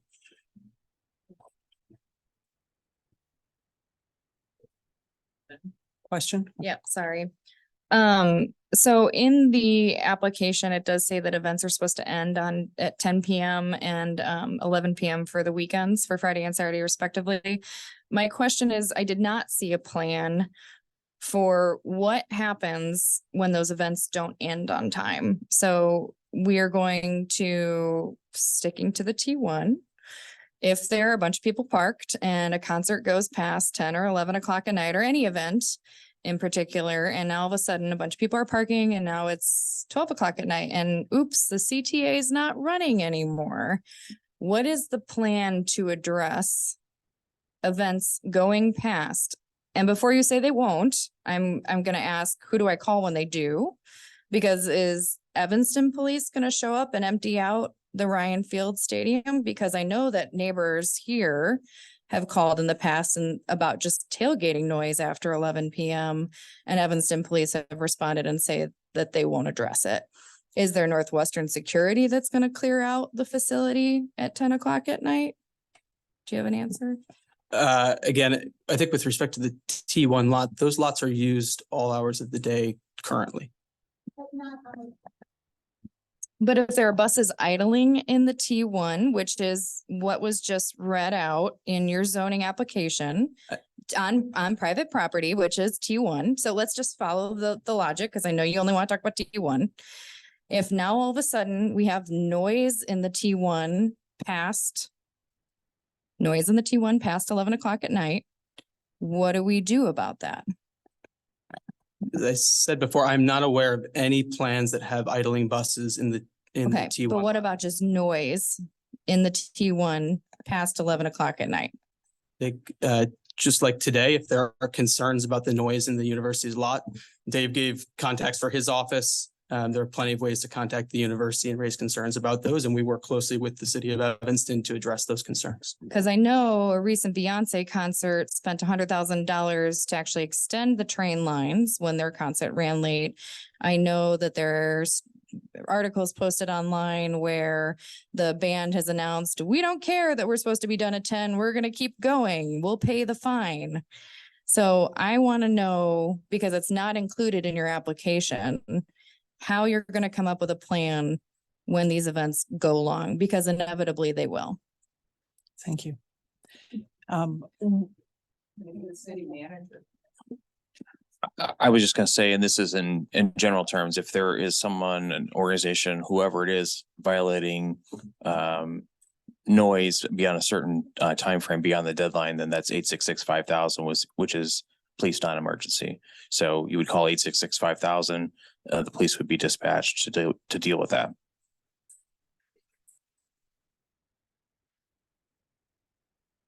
I think this requires more preemptive planning if we're talking about 30,000 people concerts.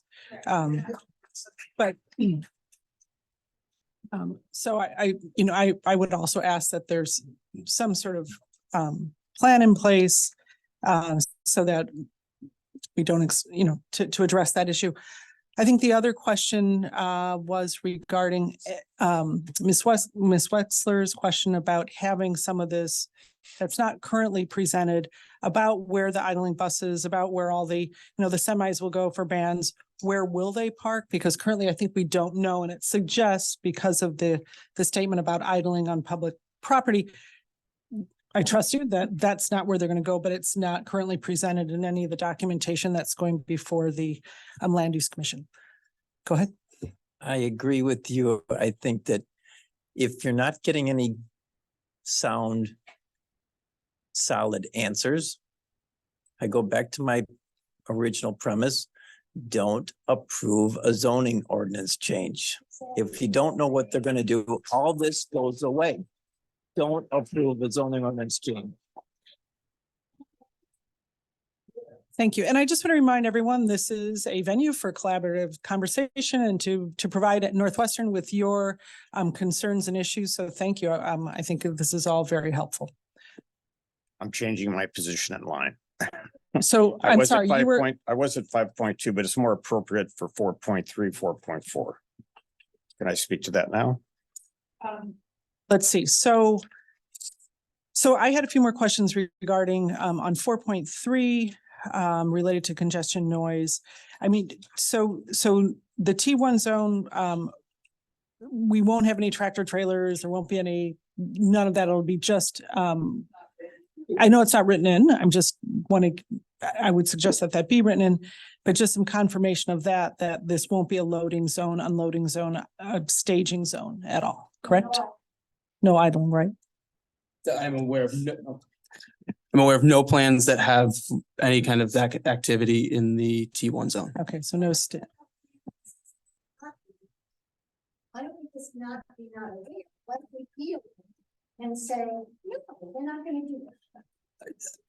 I do believe that the universities, I know we're here to talk about the T1 zone. I do believe that the university's submission to the Land Use Commission includes a letter of intent, which includes the agreement to enter into a concert management plan alongside a traffic management plan for the new stadium. Right, yeah. How about binding contract? If you don't intend to have 90. Say, folks, this would be a lot more productive if we could hear the speaker at the podium speak, and then I don't think it's going to be productive to have people chiming in from the audience all the time. Appreciate that. Thank you. Is that my cue? Thank you. So I've listened patiently to a lot of talk about concerts and how big, how small, how many, the noise. I haven't conceded that there's going to be any concerts at all. First, I'd like to thank the committee again for rescheduling.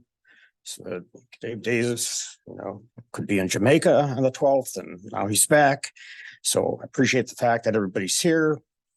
We did since learn after June 12th that the Corporation Council, Northwestern, conspired to undermine the authority of this committee. And despite it being sanctioned by the courts 20 years ago. Similarly, Northwestern University is now attempting to sidestep state law again by ignoring the conditions of its own charter. The charter is the only legislative document that defines and codifies the university as a corporation. The charter is law, albeit law passed 172 years ago. It still holds. Changing the charter requires action by the General Assembly, the Illinois General Assembly.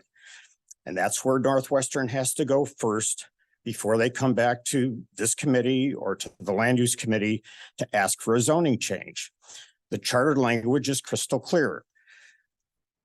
An 1851 charter states in part, the Board of Trustees shall hold the property of said institution solely for purposes of education and not for the stock and not as a stock for the individual benefit of themselves or any contributor to the endowment.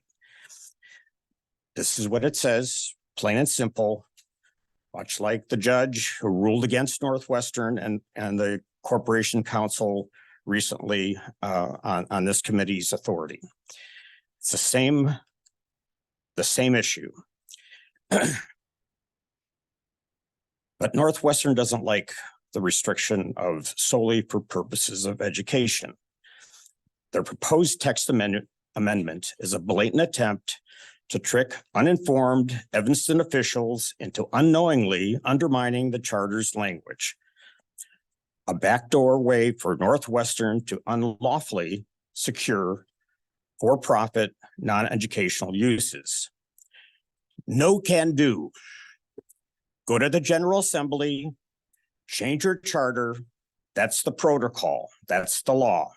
Conversely, Northwestern clings to the charter language when it comes to no taxes. It says that as clearly as it says for solely for purposes of education.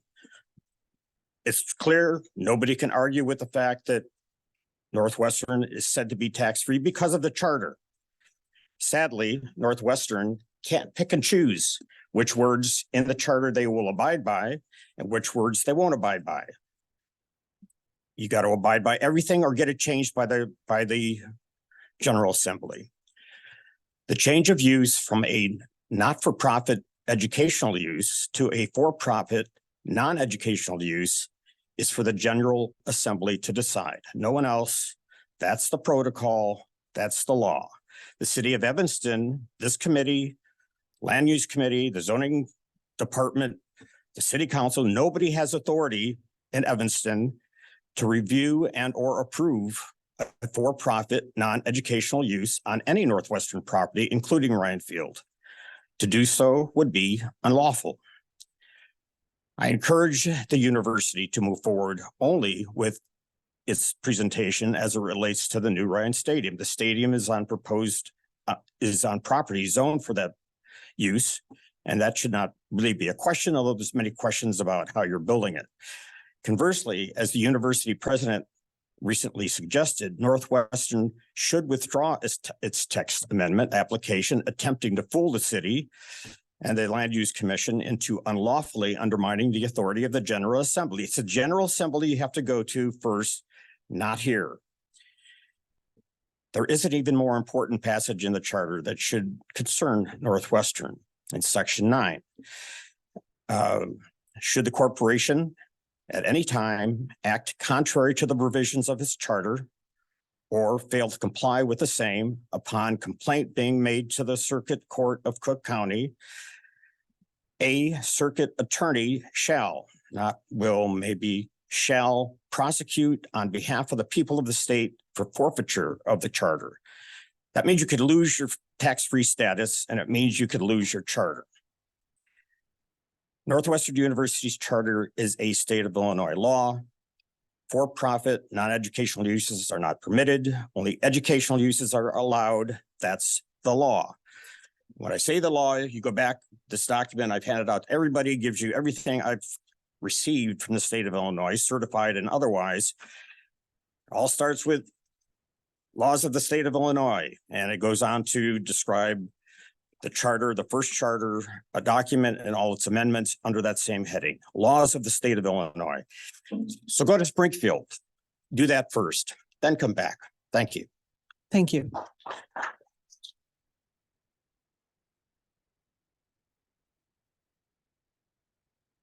I've got a question for Northwestern, and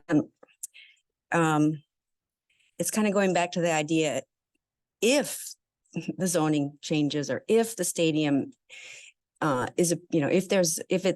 if indeed the stadium rebuild moves forward, one of the things we've never really talked about is what would the building process be like, the demolition process and the building process, because in such a tight area, I guess it brings up the question of how are you going to, will you need to use that T1 district, that strip for construction vehicles and as a staging ground for that.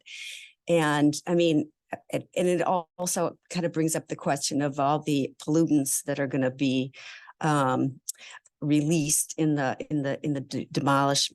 demolition of that huge structure. So can you address that at all?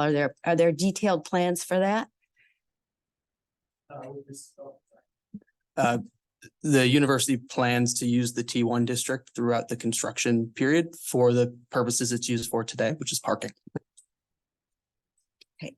Do you have plans for, I mean, you probably got to have some sort of plans that you're putting together for how you would take apart a building of that magnitude, and you're going to have enormous amounts of supplies coming in and trucks coming and going. And that's something you're considering. Does that have any impact on T1?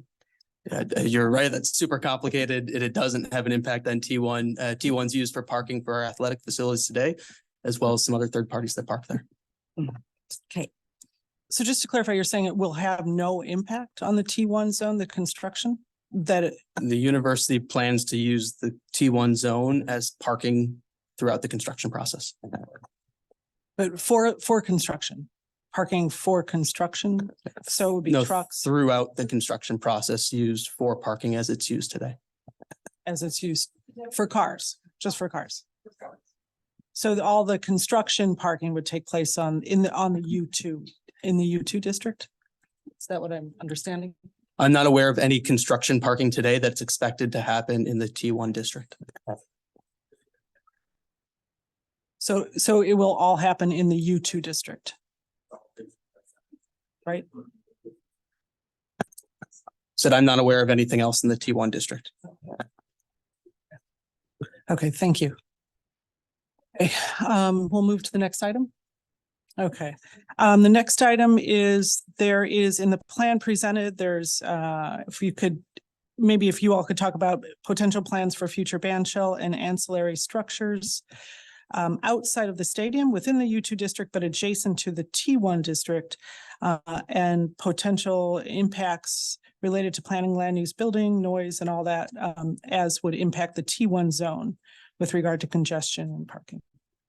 So what are the plans? I know in the plan that I look at it, we can see the band shell structure. Where would that be, and how close to the T1 zone?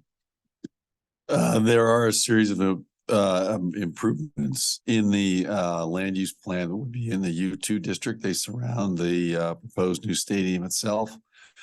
The only impact on T1 is T1 will continue to serve as parking for participants in all events on the U2 district.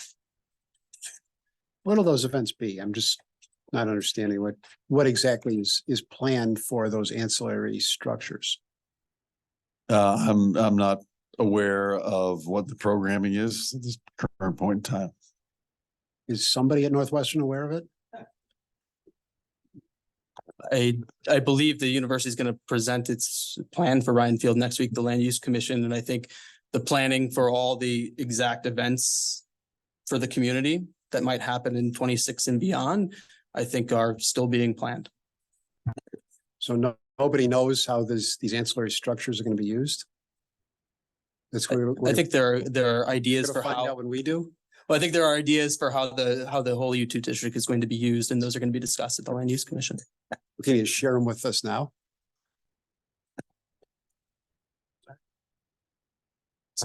I'm not aware of anything drastically different than what the university shared already on this point. Well, help me out. Tell me what the university has already said in that regard then. The university has talked about doing community events for the city of Evanston community and for the Northwestern community. That's the plans that I'm aware of. Can you give a specific example of what that might be? Sure. I think we've, through all the community meetings that we've held, the ward meetings that we've joined, we've showed renderings of movie nights, kind of movie night sleepovers was one of the pictures I saw, kind of like a fall festival type market, that kind of stuff. There's a band. Yeah. Yeah, that's, again, this would be far more productive if we didn't have people jumping up to start conversations. Yeah, I was going to ask about the band shell next. So this is separate from the stadium concerts. You're going to have a separate band shell. What's the anticipated use? How often would you have band performances at that shell? When would they occur? Because each of these things is going to bring traffic to the neighborhood, right? I am not aware of any specific activities that are happening in any specific band shell. I think any ancillary structure in the U2 zone that would drive activity in the T1 zone would be used in conjunction with the type of events that have been discussed. So these are just community events is what you're talking about. Is there anything else besides community events? I don't know what a community event is. I mean, is it like a meeting like this? Is it a I think we just shared. concert? So Is like it a fall festival, I think is one of the pictures that we've shown. So a fall festival in the plaza. Concerts? Concerts in the In the plaza. I'm not aware of any band shell, concerts. in the band shell. I'm not aware of any concerts. Will there be, restaurants? Is this be like Gallagher Way? What do you have in mind here? In the T1, in the No, no, T1 zone? in the, because in the ancillary structures, is that going to look like Gallagher Way? Is it going to look like something else? What, can you just describe it for me? Is this a question about the T1 zone or Well, something else? it's obviously anybody who's going to come to these community events in this area are going to be parking there. Trying to get a sense of who's going to be parking there. Is there going to be alcohol served at these places? I'm just trying to understand what the use of the because obviously we all know that the use of a parking lot associated with an activity or a structure varies quite a bit, oftentimes depending upon what that activity is, right? So, this is where you get tailgating outside of athletic events or outside of concerts. That's different than if it's I don't know, some Saturday morning children's activity, right? So I'm just trying to understand what those activities would be, because that's going to affect what's going to go on in that T1 parking zone. I am not aware of any plans for those ancillary structures that would drive anything other than normal parking in the T1 district.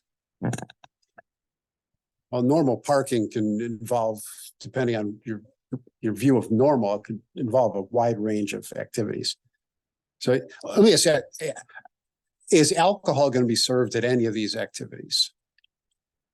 I don't think any of those activities are scheduled yet, so I do not know which ones have alcohol or not. But you would request zoning that would permit alcohol to be served. Is that true? We've not submitted any requests today for any kind of alcohol activity in the T1 district.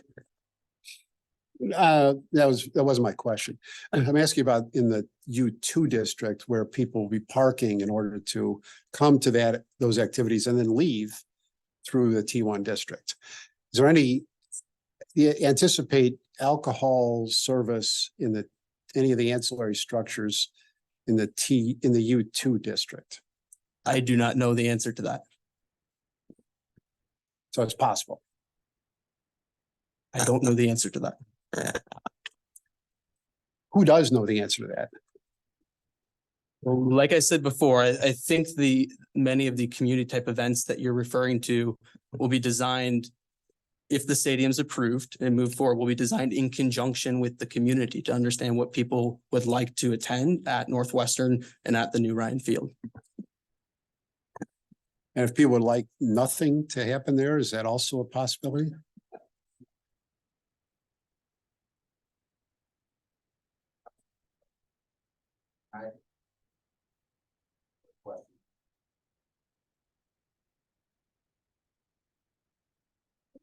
Good evening, members of the committee. Peter Braithwaite, our Service Director of Procurement Diversity, and I also support community engagement.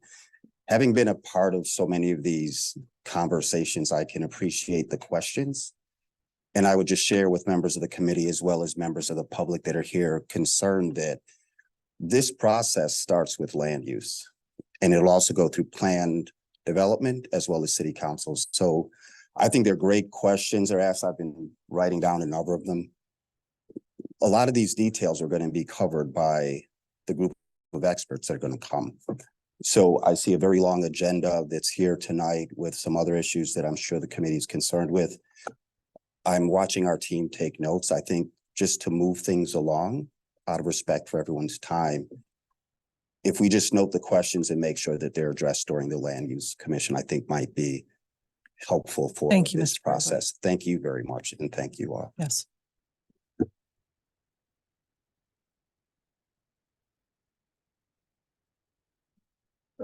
Thank you. If you could just add to the questions, will these ancillary structures in the T1 be leased? So when you say community events, my implication is that this is done for a very specific audience and provided by a specific and maybe consistent vendor. So I'm curious if there is a plan to monetize or lease to third parties, have a third party who manages all these venues, lease out this space so that Northwestern is not the primary organizer or sponsor of these events, but whoever you lease to is. So that would be a question. Thank you.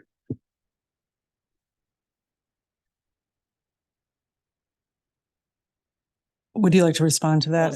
Yeah, I think that's a question. No, I think it was just a question to get a better sense as to what potentials are out there for these. There's no ancillary structures in the T1 zone. I think was. No, again, we're Mr. talking Cohen's about it's question. adjacent to the T1. So as Dave pointed out, that much of those activities will inevitably spill over into the T1 because it's runs flush with. So again, no, I'm not aware of anything expected other than parking in the T1 zone. In terms of the question about any ancillary activity that may have spillover into the T1 zone, my understanding, I don't have it right in front of me, obviously, is that the university's submission is limited to community Northwestern and city hosted events in those spaces. Thank you. And I'd just like to respond to Mr. Braithwaite. Community collaboration before submitting an application. I'm very proud of our city staff and our community development department have made it so it's now standard practice before a developer comes forward that they meet with the ward alderman and their community so they can really get their application right or closer to right. So this is all part of that process. And it's so important to have those community discussions, not to just wait. Oh, you need to wait until it comes before a legislative body. That's the whole idea of these discussions and other discussions, is so that Northwestern can hear from the community and can, make sure that we're moving forward in a way that does reflect everybody's interests.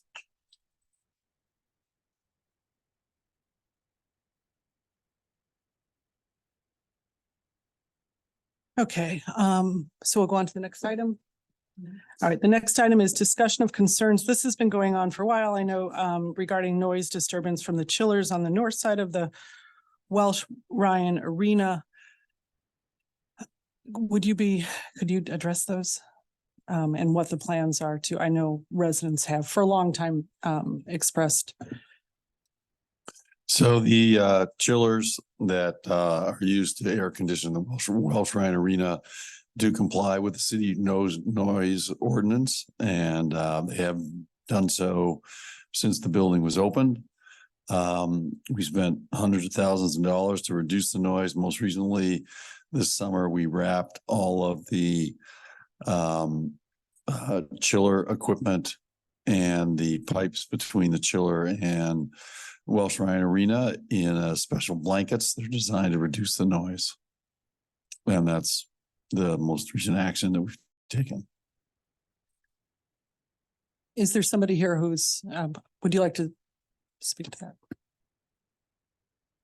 So I'm actually a Wilmette resident and I'm directly affected by the noise and have been since 2018. And I'm going to speak on the behalf of multiple neighbors who we continue to complain. We've spent hours, many hours in the last 6 years communicating with Northwestern and with our own village. We have a different village. We have a different noise ordinance in the village of Wilmette. Our noise ordinance is lower than that of Evanston. Standing on my back porch, I can measure just with my iPhone that it's over 60 decibels. So I will say that I understand that work has been done and I appreciate that it has been wrapped. There is still a very high pitched noise that is emanating. We had a really nice agreement several years back between 2019 and 2022 that the chillers would only run between 7 a.m. and 7 p.m. That is no longer what's happening. And our neighbors are hearing that noise running at all hours, even in the middle of the night. People sleep with their windows open and it is disruptive. So I wanted to just point that out and ask, multiple times we have asked, where does it stand? What has been done? And I'm letting you know, as Mike Miller did earlier, it is not completely gone. It is still emanating. I can't measure the decibel level accurately with an iPhone, but it's still running. Depending on when the wind is blowing, it gets up towards 60. And the pitch on it is very disturbing. That, it's interesting, the woman that commented about noise studies. Several years ago, I sent published articles that were in medical journals about the effect of noise on your health. And she cited some of the same issues: cardiovascular disease, mental illness. These things are real. It's published. And I just want to point out that we continue just north of you, we live in a different village. We have different noise ordinances and we're still dealing with it. And I would say that it's not quite done yet. And if there's more that could be done, we would greatly appreciate it. Thank you. Thank you. Would you care to respond to that? No. No, okay. Good evening. Hi, I'm Phil Adams. I'm a Wilmette resident, about a half a block north of Mrs. McCarthy. We too are troubled by the noise from these chillers, and honestly, the sound is a problem. So we're in the 200 block. That's not that far away from the building. And so our concern is there another chiller system that could be done? Is there a more modern system? What else can you tell us? Have you done any dB testing with the blanket, the coverage that you're trying to do? And we applaud that. But it's No, we haven't done any testing with the blankets that we put in place. This is a new system. I mean, the building was built in 2018, so it has, it's a very new technology.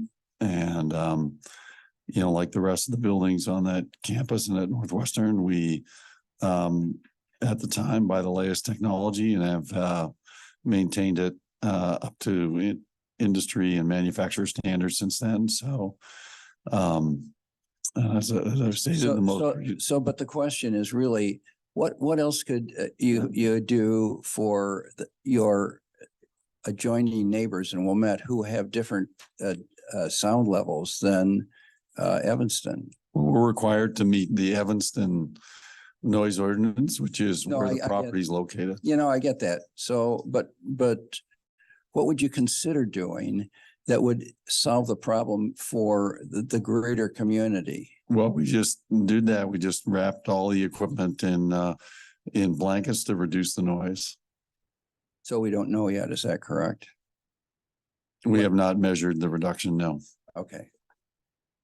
Well, what we would urge is that the Evanston Council and you folks, I'm sorry, I don't exactly know where I am in Evanston, but what we would hope is that you would have some consideration for either changing the decibel level of sound in Evanston or some other kind of consideration that might be offered in a collaborative way with the Northwestern folks. And I understand. Look, I'm a graduate. I'm a Dill graduate. I'm a long-term donor to the university, but at the same time, we live in a neighborhood where we're obviously impacted by all these conversations. And I just wanted to address that one particular thing because a block north of where we are, or where Mrs. McCarthy is, we are dealing with the noise as well. So thank you very much. Sure. Thank you. Is there, I know the first meeting that we held 2 years ago on this came up, and I was hoping there would be some sort of a venue, another venue. Could you either exchange contacts to work with these Wilmette residents maybe this evening or as you leave to? We've worked with the residents on receiving, we set a specific website for them to report the times at which they heard the news or heard the noise. So we've had quite a bit of interaction with all the residents in both Evanston and Wilmette to try to address this issue. Okay, the issue of the chillers. Okay, so, okay, thank you.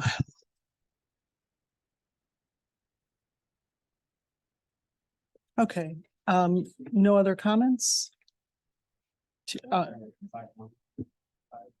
5.1, proposed demolition of existing structures on and or new construction plans for the university's current T1 and T2 district properties and the university's current U1 district properties, if any, and any related issues, including but not limited to zoning, congestion, parking, noise, sighting, and appearance. Are there any others that that you could address and make us aware of? And this is, as you guys know, this is moving beyond just the stadium project. This is any of the T1, T2, or U1 properties. This is the question we have every meeting, just anything to report in terms of planning for, construction, demolition, new uses and so forth. We do not have any plans for any new buildings or demolition in these districts. One of the things that we didn't talk about at the Foster Walker basketball court, we committed to installing landscaping between the court and the street. I believe, so I met there with our landscape planner and the head of our landscape shop. So the first phase of that plan was planted over the last several days and probably will get completed tomorrow if they're on schedule.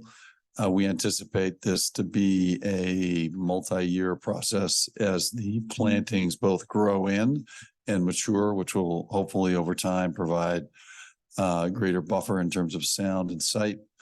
But also when we went there, it appears that the students kind of cut across that area on their way to and from class. So it's going to take a little bit of time to make sure that we change that behavior in an appropriate way. We're talking about maybe putting up some fencing or again, keeping up the not permanent fencing, but keeping up with the landscaping plan. So we anticipate this to be a multi-year effort that we're committed to see through.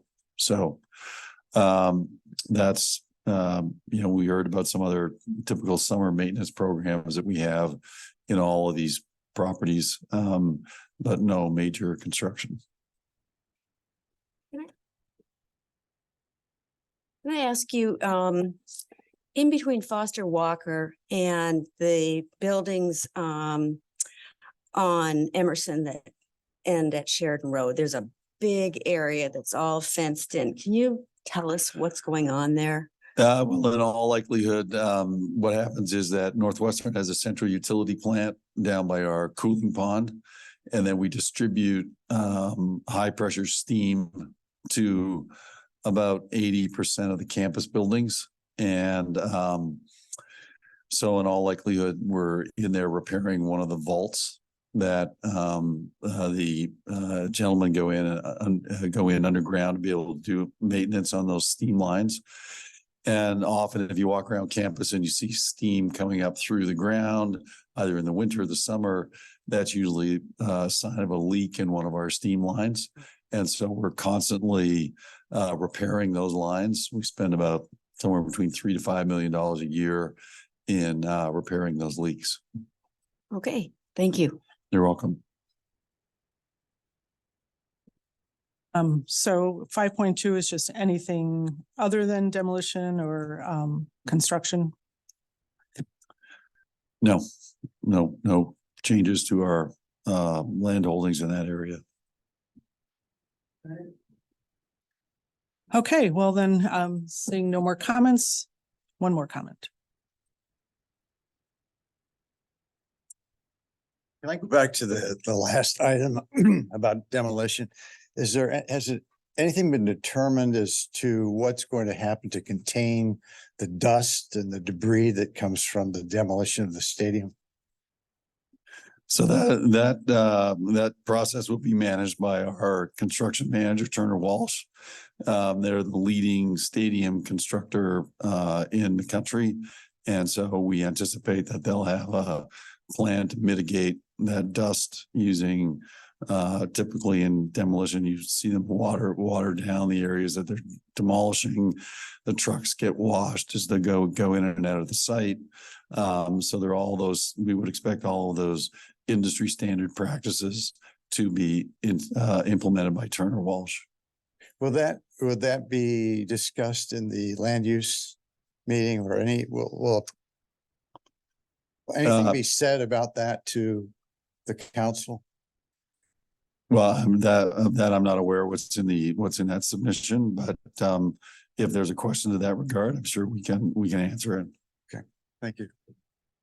I mean, those standards would apply to any construction that you guys do anyway, right?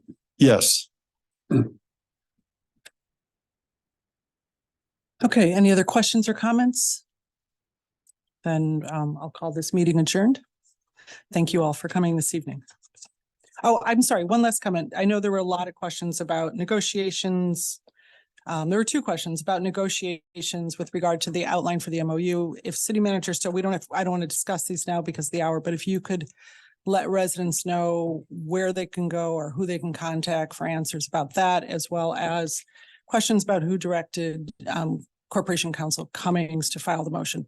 Again, I don't want to open that up now, but if you could at least either provide the venue or let residents know to whom they should address this question. Sure. And you and I have discussed some of that as well. People can feel free to email me, lstowe@cityofelvanston.org. Great. Thank you.